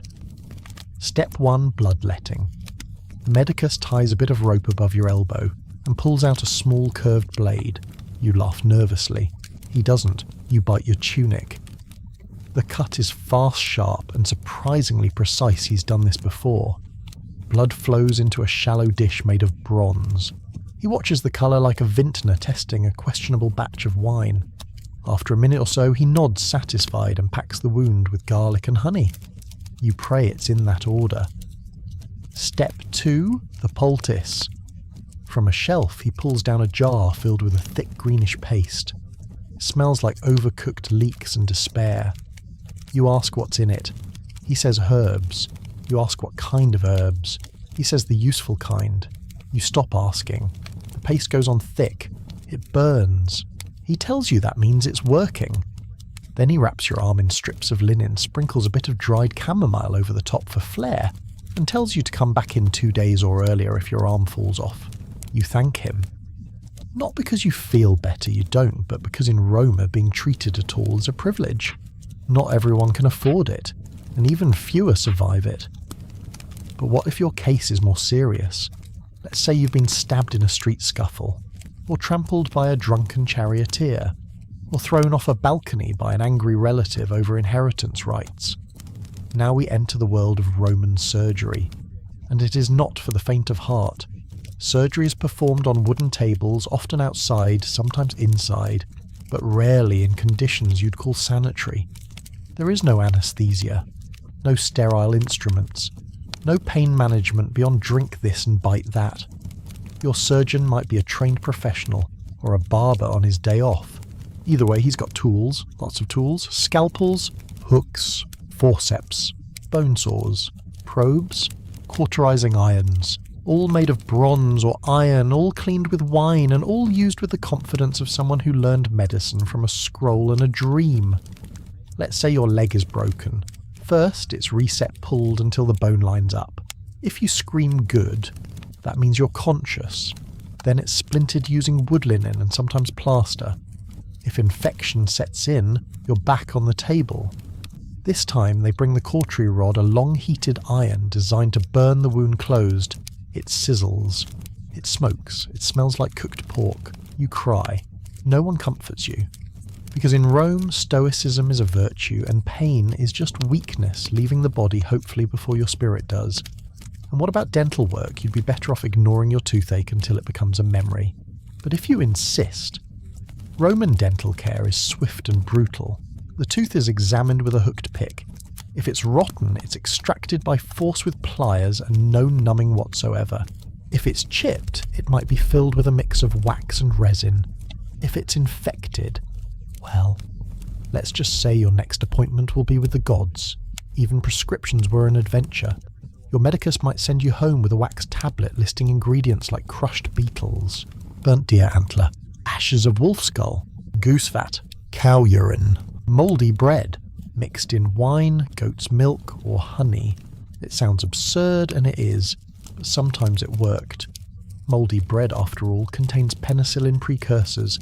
Honey is antibacterial. Wine kills some bacteria. Herbs do reduce inflammation. Roman medicine wasn't entirely superstition.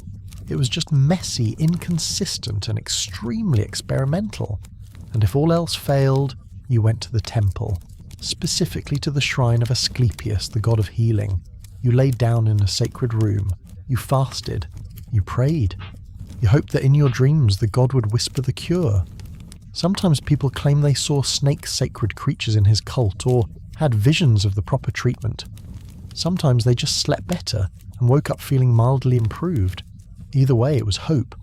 And in Rome, that's often what passed for medicine. Because here's the truth, Romans didn't lack intelligence. They lacked germ theory.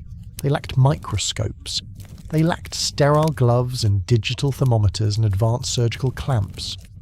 But what they had was determination, trial and error, intuition, and an absolute willingness to smear burnt fish scales on a wound if someone swore it helped. Medicine was not about comfort. It was about survival. And if you didn't survive, at least you became a story. Another tale told over dinner about the man who tried to fix a sprain with leeches and ended up with a limp and a small cult following. Or the woman who drank a potion made from bat wings and fennel and cured her fever only to develop hiccups that lasted until Saturnalia. Because in Rome, your doctor was also your alchemist, your therapist, your butcher, and your priest, and your fate. Well, that was mostly up to the gods. The sun lowers over Rome like a half-closed eye, squinting through the soot-coloured haze that settles after a day of heat, hoofbeats and human breath. The shadows are long now, stretching across the alleys and forums like the limbs of tired gods. The smell of the day lingers in the air, smoke, sweat, garum, and the faint scent of livestock someone probably forgot to tether. You're done with your work. You're not dead. And against all odds, you're hungry. Welcome to Roman dinner, or as they called it, cena. But let's be honest, this isn't dinner in the modern sense. There's no casserole, no dessert tray, no family gathered around a candlelit table discussing their feelings. There's you, your aching back, your increasingly suspect mattress, and a bowl of food that tastes like compromise. You're not a patrician reclining on a couch while a slave fans you with ostrich feathers and serves you lark tongues drizzled with honey. You're a regular Roman, one of the millions trying to survive a city that's beautiful from a distance but smells like decisions made under pressure. Your cena begins with pulse. Pulse is not exciting. It's not rich. It's not even warm most of the time. It's a dull, greyish porridge made from spelt and ancient grain with the flavour profile of moist cardboard. It's thick enough to stand a spoon in if you had a spoon. More likely you're using a crust of old bread as an edible shovel. Speaking of bread, that's here too. A chunk of panis rusticus, or rustic bread. It was probably baked yesterday, or the day before. It's hard enough to serve as emergency roof tile and requires a full 5 minutes of jaw effort per bite. You chew it slowly, not out of appreciation, but because your jaw is still recovering from that time you bit into a pebble, pretending to be a lentil. And then there's garum. Oh, garum! The Roman fish sauce of legend, a salty fermented ooze made from the liquefied dreams of anchovies and thyme.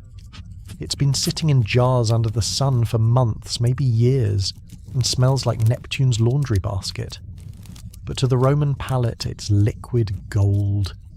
You drizzle it over your pulse, over your bread, over your sorrow. The flavour is intense, salty, sour, deeply umami, and weirdly addictive. Garum makes everything taste like something which is more than you can say for most of dinner. Maybe there's a boiled vegetable on the table. Cabbage overcooked and underloved wilts next to your porridge like a tired apology. You eat it anyway. It's fibrous, it's bitter, and it's the closest thing you'll get to roughage unless you count the gravel stuck in your bread. If you're lucky, and by lucky we mean your cousin didn't eat everything while you were out there, are olives. They're small, wrinkled and salty enough to pucker your gums, but they break the monotony. Sometimes they come with pits, sometimes without, and sometimes with a surprise insect. It's protein. You soldier on. And if the day was kind, perhaps your supervisor didn't yell, perhaps no carts nearly flattened you. Perhaps you found a coin in the gutter. You might even get cheese. A crumbly, ancient cheese with the consistency of chalk and the emotional comfort of a soft pat on the back. You savour it like it's the lost treasure of Carthage. Wine makes an appearance, of course, always watered down. Romans considered undiluted wine barbaric, the mark of the unrefined. So you sip your weak sour vintage from a communal cup or a chipped clay mug, depending on how many mouths you're sharing it with. It burns just enough to remind you you're still alive. Barely. Now, how do you eat all of this? With a fork? Absolutely not. Forks don't exist yet. You eat with your hands or with a wooden spoon if you're fancy. You might use a knife, but only if you trust yourself not to stab your leg trying to cut cabbage on your lap. There are no napkins. You wipe your hands on your tunic, your arm, or the nearest inanimate object. Maybe a dog, maybe a child, maybe a rock. Dinner seating. You don't have a dining room. You have a spot on the floor. Maybe a stool. Maybe a pile of bricks if you're feeling luxurious. You eat wherever you can collapse without getting stepped on. In a tenement apartment, that might mean sitting next to the wall, away from the rats and beneath the hole that lets in a faint trickle of breeze and pigeon droppings. Conversation is minimal. You're tired. You've been screamed at in Latin for hours. You've lifted bricks, dodged carts, endured street musicians, and gotten catcalled by someone with only one tooth. Your energy is low, your expectations are lower, and you're chewing your third spoonful of mush while trying not to think about the hole in your roof or the smell wafting up from the chamber pot. But this is what passes for peace. Because in Rome, dinner is survival. There's no feast unless you're rich. And even then, feasting is a sport, it's not relaxing. It's about status, showing off vomiting in between courses. Yes, vomiting, there were rooms for that, and competing with your neighbour over who can eat the weirdest, rarest creature cooked in honey and sprinkled with roses. You, on the other hand, are just happy to not be hungry. Children eat early if there's enough to go around. If not, they get bread soaked in wine and a pat on the head. Your wife, if she's here, might have cooked the meal with ingredients scavenged from the market floor. Your neighbour, if they're home, might be sobbing quietly or loudly, muttering about omens. The walls are thin. You hear everything. After dinner, there's no winding down the way we understand it. There's no lighting a candle and reading a book. Books are expensive, rare, and made of parchment that costs more than a week's wages. You don't have scrolls. You don't have anything besides a chipped bowl and a deep desire for sleep. But sleep doesn't come easy. There's noise. Rome is loud even at night. Drunken parties stumble through alleys. Street vendors shout late-night deals on fig paste and disappointment. A passing funeral procession might wail past your door. Someone's always yelling. Someone's always spilling something. And every few minutes someone's always fighting. You consider taking a short walk, but that's dangerous. The streets are dark. There are no streetlights, only the occasional oil lamp flickering against a temple wall. You carry a torch, or you don't go out. If you do go out, you might get mugged, or stabbed, or questioned by the vigils who are equal parts night watchmen and extremely bored bureaucrats with clubs, so you stay home. Your bed, if we're still using that word, is a pile of straw. It crunches when you lie down. It smells like mould and rat droppings and your uncle's cologne, which hasn't been in style since Nero's reign. Your blanket is wool. It scratches. Your pillow is non-existent. You lie there, staring at the ceiling, listening to the city breathe. You try not to scratch the flea bites. You try not to worry about the weird bump on your elbow. You try not to think about tomorrow, because tomorrow you'll wake up. You'll climb down the same crooked stairs. You'll dump your chamber pot into the same gutter. You'll trudge the same street. You'll work the same job, and you'll eat the same bowl of bean mush in the same smelly room. But tonight, just for a few precious minutes, you get to lie still. You get to close your eyes. And if the gods are kind, maybe you'll dream of a world where bread is soft, wine is sweet, and garum is just a bad memory. Night falls over Rome, not gracefully, not gently. It descends like a heavy curtain, sudden, uneven, and a little too fast for comfort. 1 minute the streets are golden with late afternoon sunlight bouncing off sandstone walls. The next, the sky turns to bruised purple, and shadows bleed out of every doorway. You'd think that would mean the city gets quieter. It doesn't. Rome at night doesn't go to sleep. It mutates. The day's roar becomes a growl lower, meaner, and full of teeth. You're still awake, of course. Sleep hasn't found you. Maybe it's the fleas. Maybe it's the late meal sitting like a rock in your gut. Or maybe it's just the noises someone's coughing downstairs, a donkey's braying in the alley, and your neighbour is arguing with a ghost again. So you sit up, and you remember what night means in Rome.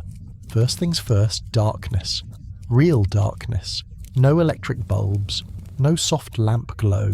If you're rich, you've got oil lamps that sputter and pop and smell faintly like goat. If you're poor, and you've got the moon.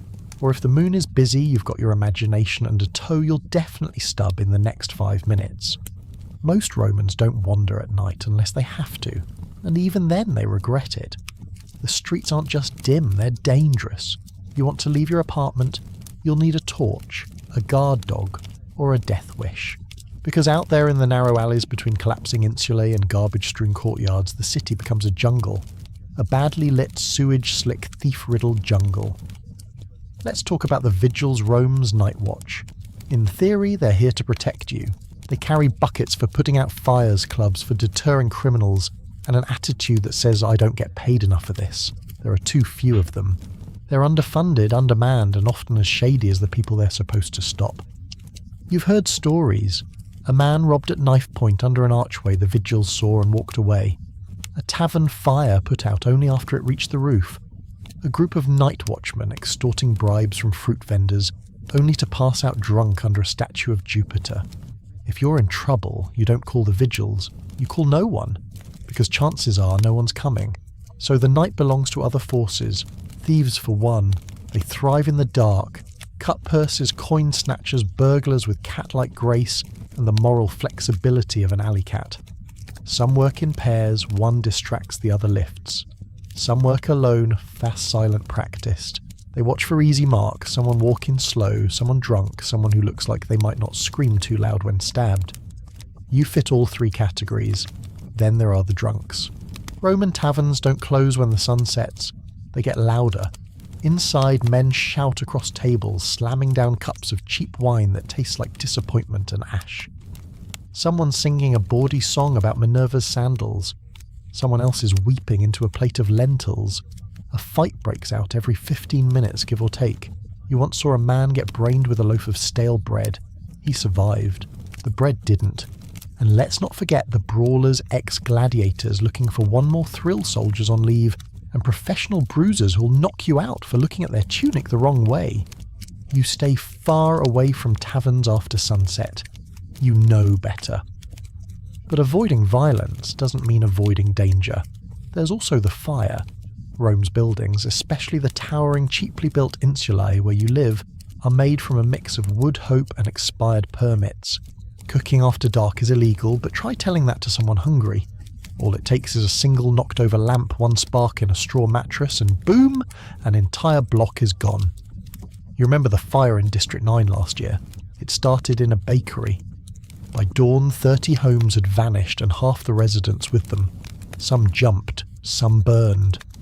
The lucky ones had nothing left but the clothes they ran out wearing, and a permanent cough from the smoke. The Great Fire of 64. C. Nero might have fiddled, but the city roasted. That wasn't an isolated event. Fires are frequent, fast, and absolutely unforgiving. You sniff the air every few minutes now, just in case. You've trained yourself to wake up at the smell of burning oil. It's a survival skill. Back in your apartment, the night stretches on. You try to sleep. You really do. But it's hard when the walls are thin and the entire building feels like it's breathing with you, creaking, shifting, groaning. Somewhere above you, someone drops a pot. Below you, someone is muttering in Greek, possibly to a chicken. A baby cries down the hall. Then someone yells. Then silence. You close your eyes again. And that's when the parade starts. Rome loves its processions. Even at night. Even perhaps especially when you're trying to sleep. Drummers. Flute players. Priests swinging incense burners. A group of devotees to some obscure god you've never heard of chanting while walking barefoot over crushed flowers and possibly broken glass. They're honouring something, maybe a goddess of the moon, maybe a feast day, maybe just insomnia. They pass under your window, leaving behind the smell of herbs, wax, and a faint sense of being haunted. You don't ask questions, not in Rome. The city is full of mysteries, and most of them are best left unsolved. If you're a woman, especially one walking alone, the night is 10 times more dangerous. The dark isn't just an inconvenience, it's a trap.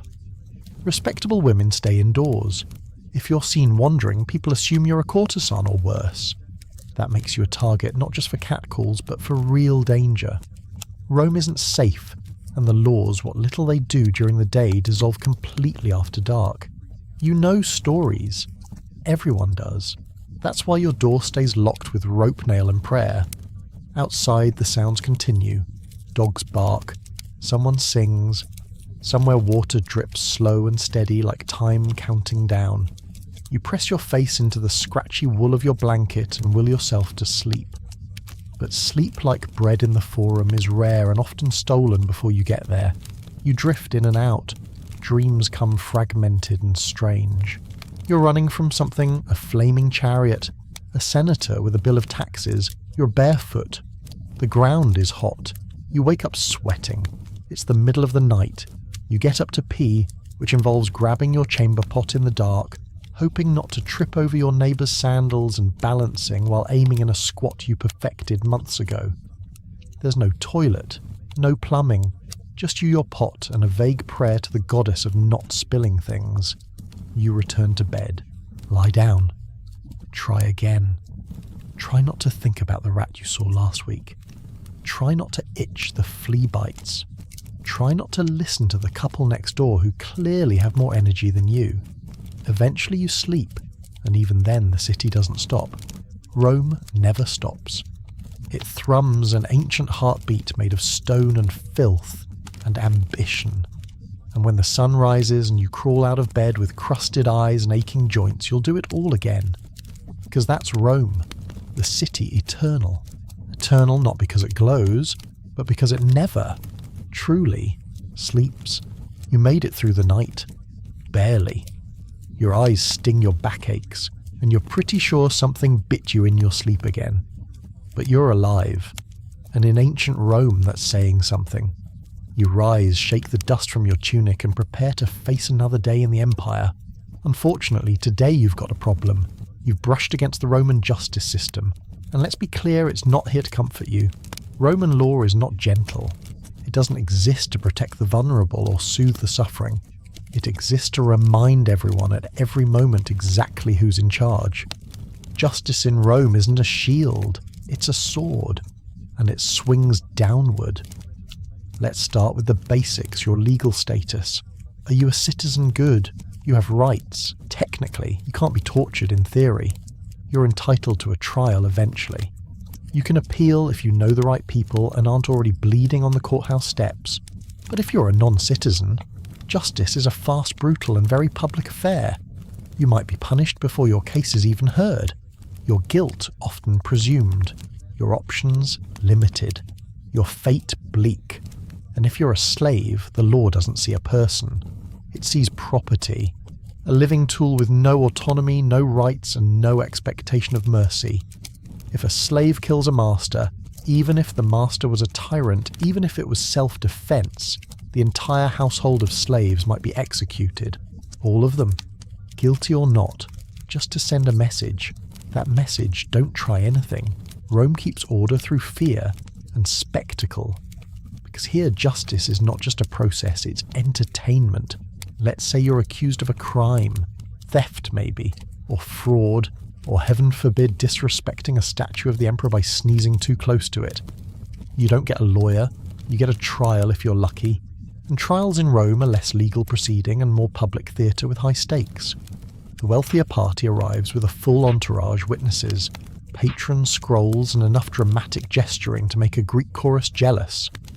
They might shed a tear at the right moment, collapse onto a bench for flair, or bring in poets to recite character testimonials in iambic hexameter. You stand there in your patched tunic, clutching a wax tablet and sweating through your sandals. You're allowed to speak, of course, but you'd better do it well. Roman courts value rhetoric above truth. If you're eloquent, passionate, and just the right amount of pitiful, you might win some sympathy. If you mumble or stammer, or worse, if your accent betrays your provincial roots, expect laughter. Or yawns. Justice in Rome isn't blind. It's deeply nearsighted and very interested in your social status. Let's talk about punishments. They aren't subtle. Steal something. You could be branded, not with a mark of shame, but a literal hot iron to the face or hand. For small crimes, you might be flogged in public, stripped, tied and beaten while your neighbours watch. And yes, children watch too. It's considered good civic education. Commit perjury. That might earn you a broken tongue. And not figuratively. They might pierce it, mutilate it, remove part of it depending on how dramatic the judge is feeling that day. Forge a document, expect a hand crushed by a hammer or nailed to the forum wall? Yes, nailed. Insult the emperor. That's not a slap on the wrist, that's execution. Usually the kind that draws a crowd. There's exile, of course, for crimes that don't require blood. You might be sent to a remote island, stripped of citizenship, forbidden from owning property. But exile was a privilege, really. A punishment reserved for the semi-elite, the kind of people Rome wanted to vanish without the mess of martyrdom. For everyone else, there's crucifixion. The Roman Empire's favourite warning sign. Long, slow, agonising, and very, very public. It wasn't just for rebels or Jesus. Crucifixion was the go-to punishment for bandits, runaway slaves, political agitators, and anyone the state needed to turn into an example. They'd be nailed to wooden crosses outside the city gates or along major roads, human billboards for imperial control. And they didn't die fast. Sometimes it took days. Sometimes the crows got to them first, and people walked by, glanced, maybe prayed, maybe jeered, maybe offered water. But mostly they just accepted it, as part of life, like traffic or taxes. That's how normalised pain was in Roman justice. It became background noise. And then there's execution with flair. Rome didn't always settle for plain killing. Sometimes it got creative, thrown to wild animals. Sure, burned alive, possibly, sewn into a sack with a dog, a rooster, a monkey and a snake, then tossed into the river. That one was specifically for parricide, the murder of a parent. And yes, they did it. Not often. But enough to make sure everyone knew the consequences. Justice was about deterrence, not rehabilitation. The goal wasn't to fix the criminal. It was to make everyone watching think, that will never be me. But let's say you survive your trial. You're released. You still carry the stain. Reputation matters in Rome, and the courts are only part of the equation. There's also the mob, the people. Public opinion is its own punishment. They remember what you were accused of, not whether you were found guilty. You're watched, whispered about, avoided in the marketplace. Good luck getting work, unless you have a patron. Which brings us to another Roman institution, patronage. You can be poor, you can be powerless, but if you have a wealthy patron who vouches for you, lends you credibility, feeds you when you're hungry, and shows up at your trial with a dozen hired orators, then maybe you have a chance. But it's a trade. You give loyalty, endless loyalty. You run errands. You vote how they tell you. You flatter their children. You defend their reputation in the forum, even when you know they're wrong. That's not justice. That's survival. And it gets darker. Because law enforcement in Rome doesn't prevent crime. It responds to it badly. There are no detectives, no formal police training. The urban cohorts and vigils patrol the streets, but they're as likely to rob you as protect you. Some take bribes, some look the other way, some join the crime. If you're mugged, good luck getting justice. If your shop is robbed, you're expected to investigate it yourself, unless you're rich. Then things move fast. Then the system works. Justice in Rome is not about fairness. It's about hierarchy. It keeps people in line. It reminds slaves they're slaves. It reminds foreigners they're expendable. And it reminds citizens that even they are just one bad decision away from becoming an example. So today you keep your head down. You avoid the magistrates. You stay clear of the shouting match in the street, even when you know who's right. You don't speak your mind in the forum. You don't question the state. You don't look directly at a statue of the emperor for too long. Because Rome sees everything. And when it does, it judges. Let's say you've survived Roman justice, a trial, a threat of branding, the constant looming shadow of crucifixion. You've kept your head down, your tunic clean, and your tongue inside your mouth. Congratulations. Now you've got another daily danger to navigate the gods, because in ancient Rome the divine is not a distant loving father figure or a gentle celestial grandmother. No, The Roman gods are everywhere, watching, judging, and worst of all, taking things personally. Religion in Rome isn't a weekend event. It's an omnipresent, unavoidable daily responsibility. You don't get to pick your beliefs. They come with your birth, baked into your society like olives in bad bread. You're Roman, therefore you perform the rites. You attend the festivals. You mutter the prayers.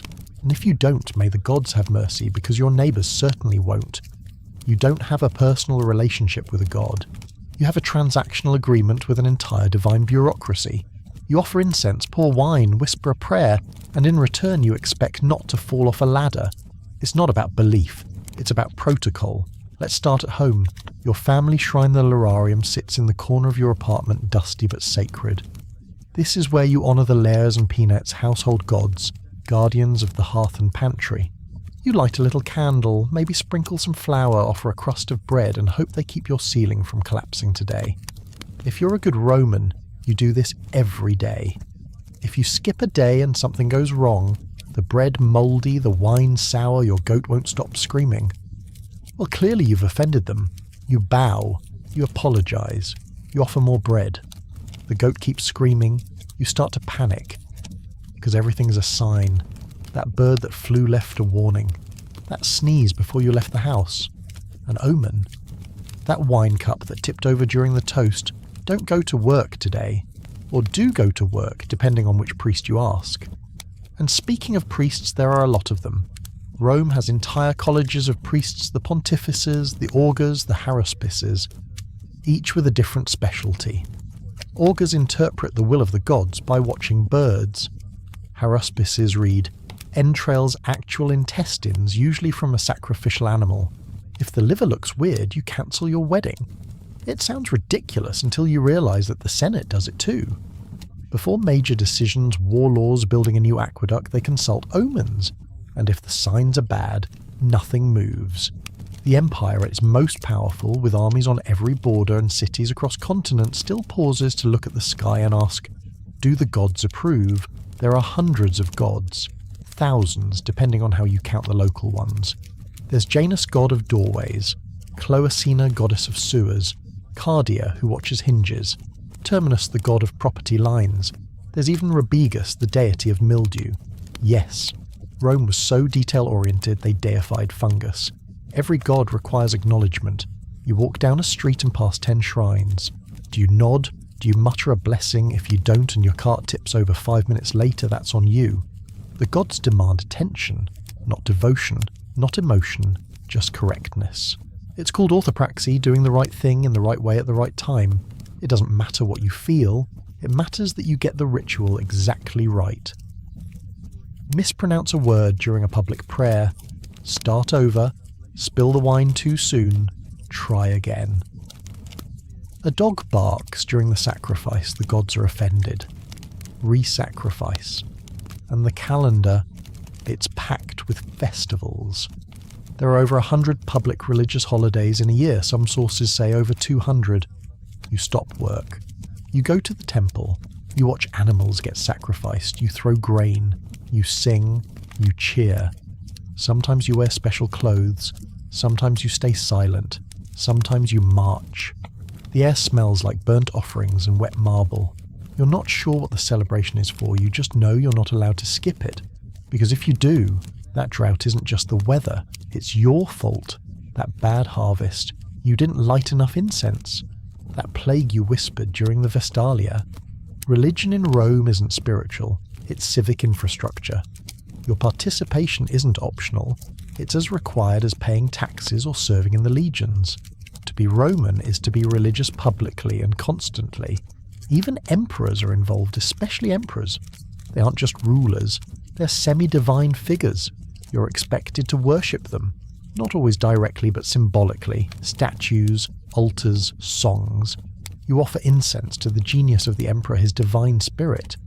If you don't, you might be labelled impious, or atheistic, or worse, suspicious. And suspicion in Rome is fatal. Say too little during a public ritual and people might assume you're hiding something. Belong to a foreign cult, you'd better make sure it's officially recognised. Rome doesn't mind imported gods, they've got dozens. But those gods must submit to Roman structure. Rituals, taxes, control. Mystery religions like those of Mithras or Isis are tolerated sometimes, but always under surveillance. If your faith disrupts the status quo, it becomes a problem. There is no separation of church and state. They are the same thing. Public oaths are made in the name of the gods. Treaties are sealed at their altars. Contracts invoke divine punishment. Even criminals sometimes swear innocence in temples, because to lie in a sacred space invites immediate divine wrath. Lightning plague, or more realistically, a very suspicious magistrate. And the temples, they're everywhere. Big ones like the Pantheon with columns and domes and rows of statues. Small ones tucked between shops home to a single flickering flame. Some are grand, some are humble. All are watched by priests, by worshippers, by Rome itself. Don't enter without purifying. Don't forget your offering. Don't bring bad luck. The gods remember. They always remember. And don't think death gets you out of it. The afterlife. That's a bureaucracy too. You need proper burial rites. Coins for Karen the ferryman across the river Styx. Food for the journey. A clean body, preferably not missing any parts. If you die unburied or worse, unmourned, you become a lemur. A restless ghost. You haunt the living. You moan at night. You rattle things. And your family, they get blamed. So even in death you're a problem if handled incorrectly. And every May there's a festival called Lemuria specifically to deal with these ghosts. At midnight you wake up, walk barefoot and throw black beans over your shoulder while chanting to keep the spirits away. Yes, beans. This is Rome. Sometimes salvation smells like stew. You live in a world where religion is ritual, not comfort. You don't pray for healing, you offer a chicken and hope your gout clears up. You don't confess, you just give thanks when the bad thing doesn't happen. You don't seek enlightenment, you seek order. The gods are many. Their moods are fickle. Their rituals are exacting. And your job to comply. You don't have to believe in the gods. You just have to not offend them. Because in ancient Rome there is no greater mistake than thinking you can skip the festival, mumble the prayer or ignore the omen. Rome might forgive you, but the gods never.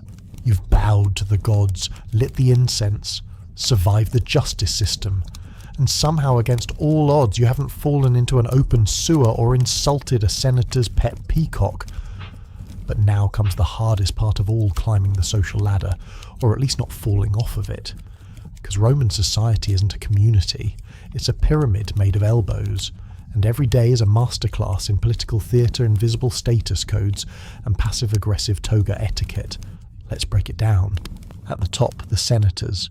Old money, vast estates, voices like slow thunder and bank accounts big enough to buy small provinces. They wear togas with purple stripes, the kind of purple so expensive it's practically made of pain. The dye is extracted from a rare sea snail drop by agonizing drop, which makes the colour itself a status symbol. Senators don't hustle, they glide, they don't run errands, they send letters, they don't speak often. But when they do, everyone listens and pretends it's profound, even if it's just a comment about the weather. Below them, the equestrians, the moneyed class, merchants, financiers, estate owners. They're rich, just not old money rich. They buy their influence with coin, not bloodline. Think of them as the luxury sedan drivers of ancient Rome, wealthy enough to park anywhere, but still checking their mirrors when a senator walks by. Then come the plebeians. That's you. Middle or lower class, honest work, minimal rights. You might own a small shop, sell vegetables, clean streets, or teach basic arithmetic to children who think you're boring. You're not poor enough to starve, but definitely not rich enough to relax. You're always watching your back, and beneath you freedmen, former slaves now free technically. They've earned their liberation through service luck or occasionally bribery, but they'll never be considered fully respectable. Not in this lifetime. Still many do well. Some become successful merchants, a few even amass serious wealth. But status in Rome isn't just about money, it's about origin, and at the very bottom, slaves. The foundation of the pyramid, the cooks, the cleaners, the tutors, the labourers, the people you see but never look at for too long, because to acknowledge their humanity makes things complicated. They have no rights. They can be bought, sold, punished and praised all in the same day. and yet they're everywhere, quietly holding the city together. Now, within this brutal framework, how do you get ahead? 2 words: patron, client. This is the Roman version of networking, except more transactional, more rigid, and somehow more humiliating. You need a patron, someone wealthier, more powerful, more connected. In exchange for their protection and favour, you become their client. That means running errands, attending their events, voting as they tell you, laughing at their jokes, and never ever contradicting them in public. Every morning you participate in the salutatio, the formal greeting. You line up at dawn with dozens of other clients outside your patron's villa. You wait patiently. You admire his columns. You whisper compliments about his wife's embroidery skills. And when your turn comes, you step forward, bow slightly, and deliver your greeting. If your patron's in a good mood, he might offer you a sportula, a small basket of food, or a few coins for your loyalty. If he's really generous, he might invite you to escort him through the forum like a living entourage. This is visibility. This is power, or at least the illusion of it. Because being seen with a powerful man increases your reputation. Even if you're just walking 3 steps behind him, holding his scrolls and nodding as if you understand what he's saying about grain taxes. Of course, this also means you're constantly being judged by everyone. What you wear matters. Your tunic must be clean, not fancy, but clean. Wrinkled clothes suggest laziness. Overdressing suggests arrogance. Your shoes must be sturdy, but not flashy. Your hair trimmed, your nails, clean your breath free of garlic, unless you're too poor for that, in which case you're judged for being poor. And then there's speech. Speak too formally, you're called pretentious. Speak too casually, you're called common. Use the wrong accent. People assume you're from the provinces and not worth listening to. One poorly conjugated verb can cost you an entire opportunity. And ambition. That's a dangerous game. Rome doesn't reward naked ambition. It punishes it. Rise too fast and people start whispering. How did he afford that tunic? Who paid for his daughter's wedding? He must be sleeping with someone influential. So you learn to climb sideways. You befriend the right people, attend the right banquets, laugh at the right jokes, praise the right statues. You memorize the names of senators' dogs, their favourite poets, their least favourite philosophers. You build alliances not with sincerity, but with strategy. It's exhausting and deeply unfair, but that's the game. Even marriage is a move on the board. Love, that's for poets and drunk teenagers. Marriages in Rome are alliances. You marry for land, for family connections, for political safety. Your spouse might be kind, might be cruel, might be utterly uninterested in your existence. That's irrelevant. What matters is the dowry and the family tree. Every relationship is a negotiation. Even friendship. Especially friendship. Because every friend could be a future patron or a future enemy or both, depending on who's invited to the next banquet. And the banquets, they're war zones disguised as parties. You sit based on status. You're served based on status. The host chair is elevated. The best wine goes to the most important guests. You eat, drink, compliment the food, compliment the host, compliment his cousin's new toga, and try not to say anything controversial, unless the host wants controversy, in which case good luck. Banquets are where fortunes are made and destroyed. Say the wrong thing and you're ostracized. Say the right thing at the wrong time and you're envied. Stay silent too long and you're forgotten. Speak too often and you're mocked. You walk a tightrope of etiquette, every moment calibrated, every compliment rehearsed. And even if you climb successfully, even if you rise to equestrian status, win over a patron, marry well, dress well, and manage to avoid scandal, you're never safe. One bad harvest. Your estate fails. One missed sacrifice, you're accused of impiety. One jealous rival, you're slandered in the forum. And the ladder that took you 20 years to climb gone. Rome is not kind to those who stumble. It remembers everything and forgives nothing, but somehow impossibly it works. The system, brutal as it is, creates stability, predictability, a strange grinding order that allows the city to function, expand and endure. So you play the game, you polish your sandals, you practice your greetings, you memorize your patron's birthday, You learn to smile without meaning it. You learn to nod without agreeing. And at the end of the day, as you climb the crooked stairs back to your insula, sort of sweaty and smiling politely, through a bruised ego you realise something truly Roman survival is success. And today, you survived. The sun is setting now. Golden light spills over the rooftops of Rome, casting long shadows on broken tiles and cracked courtyards. You've survived the day. Somehow.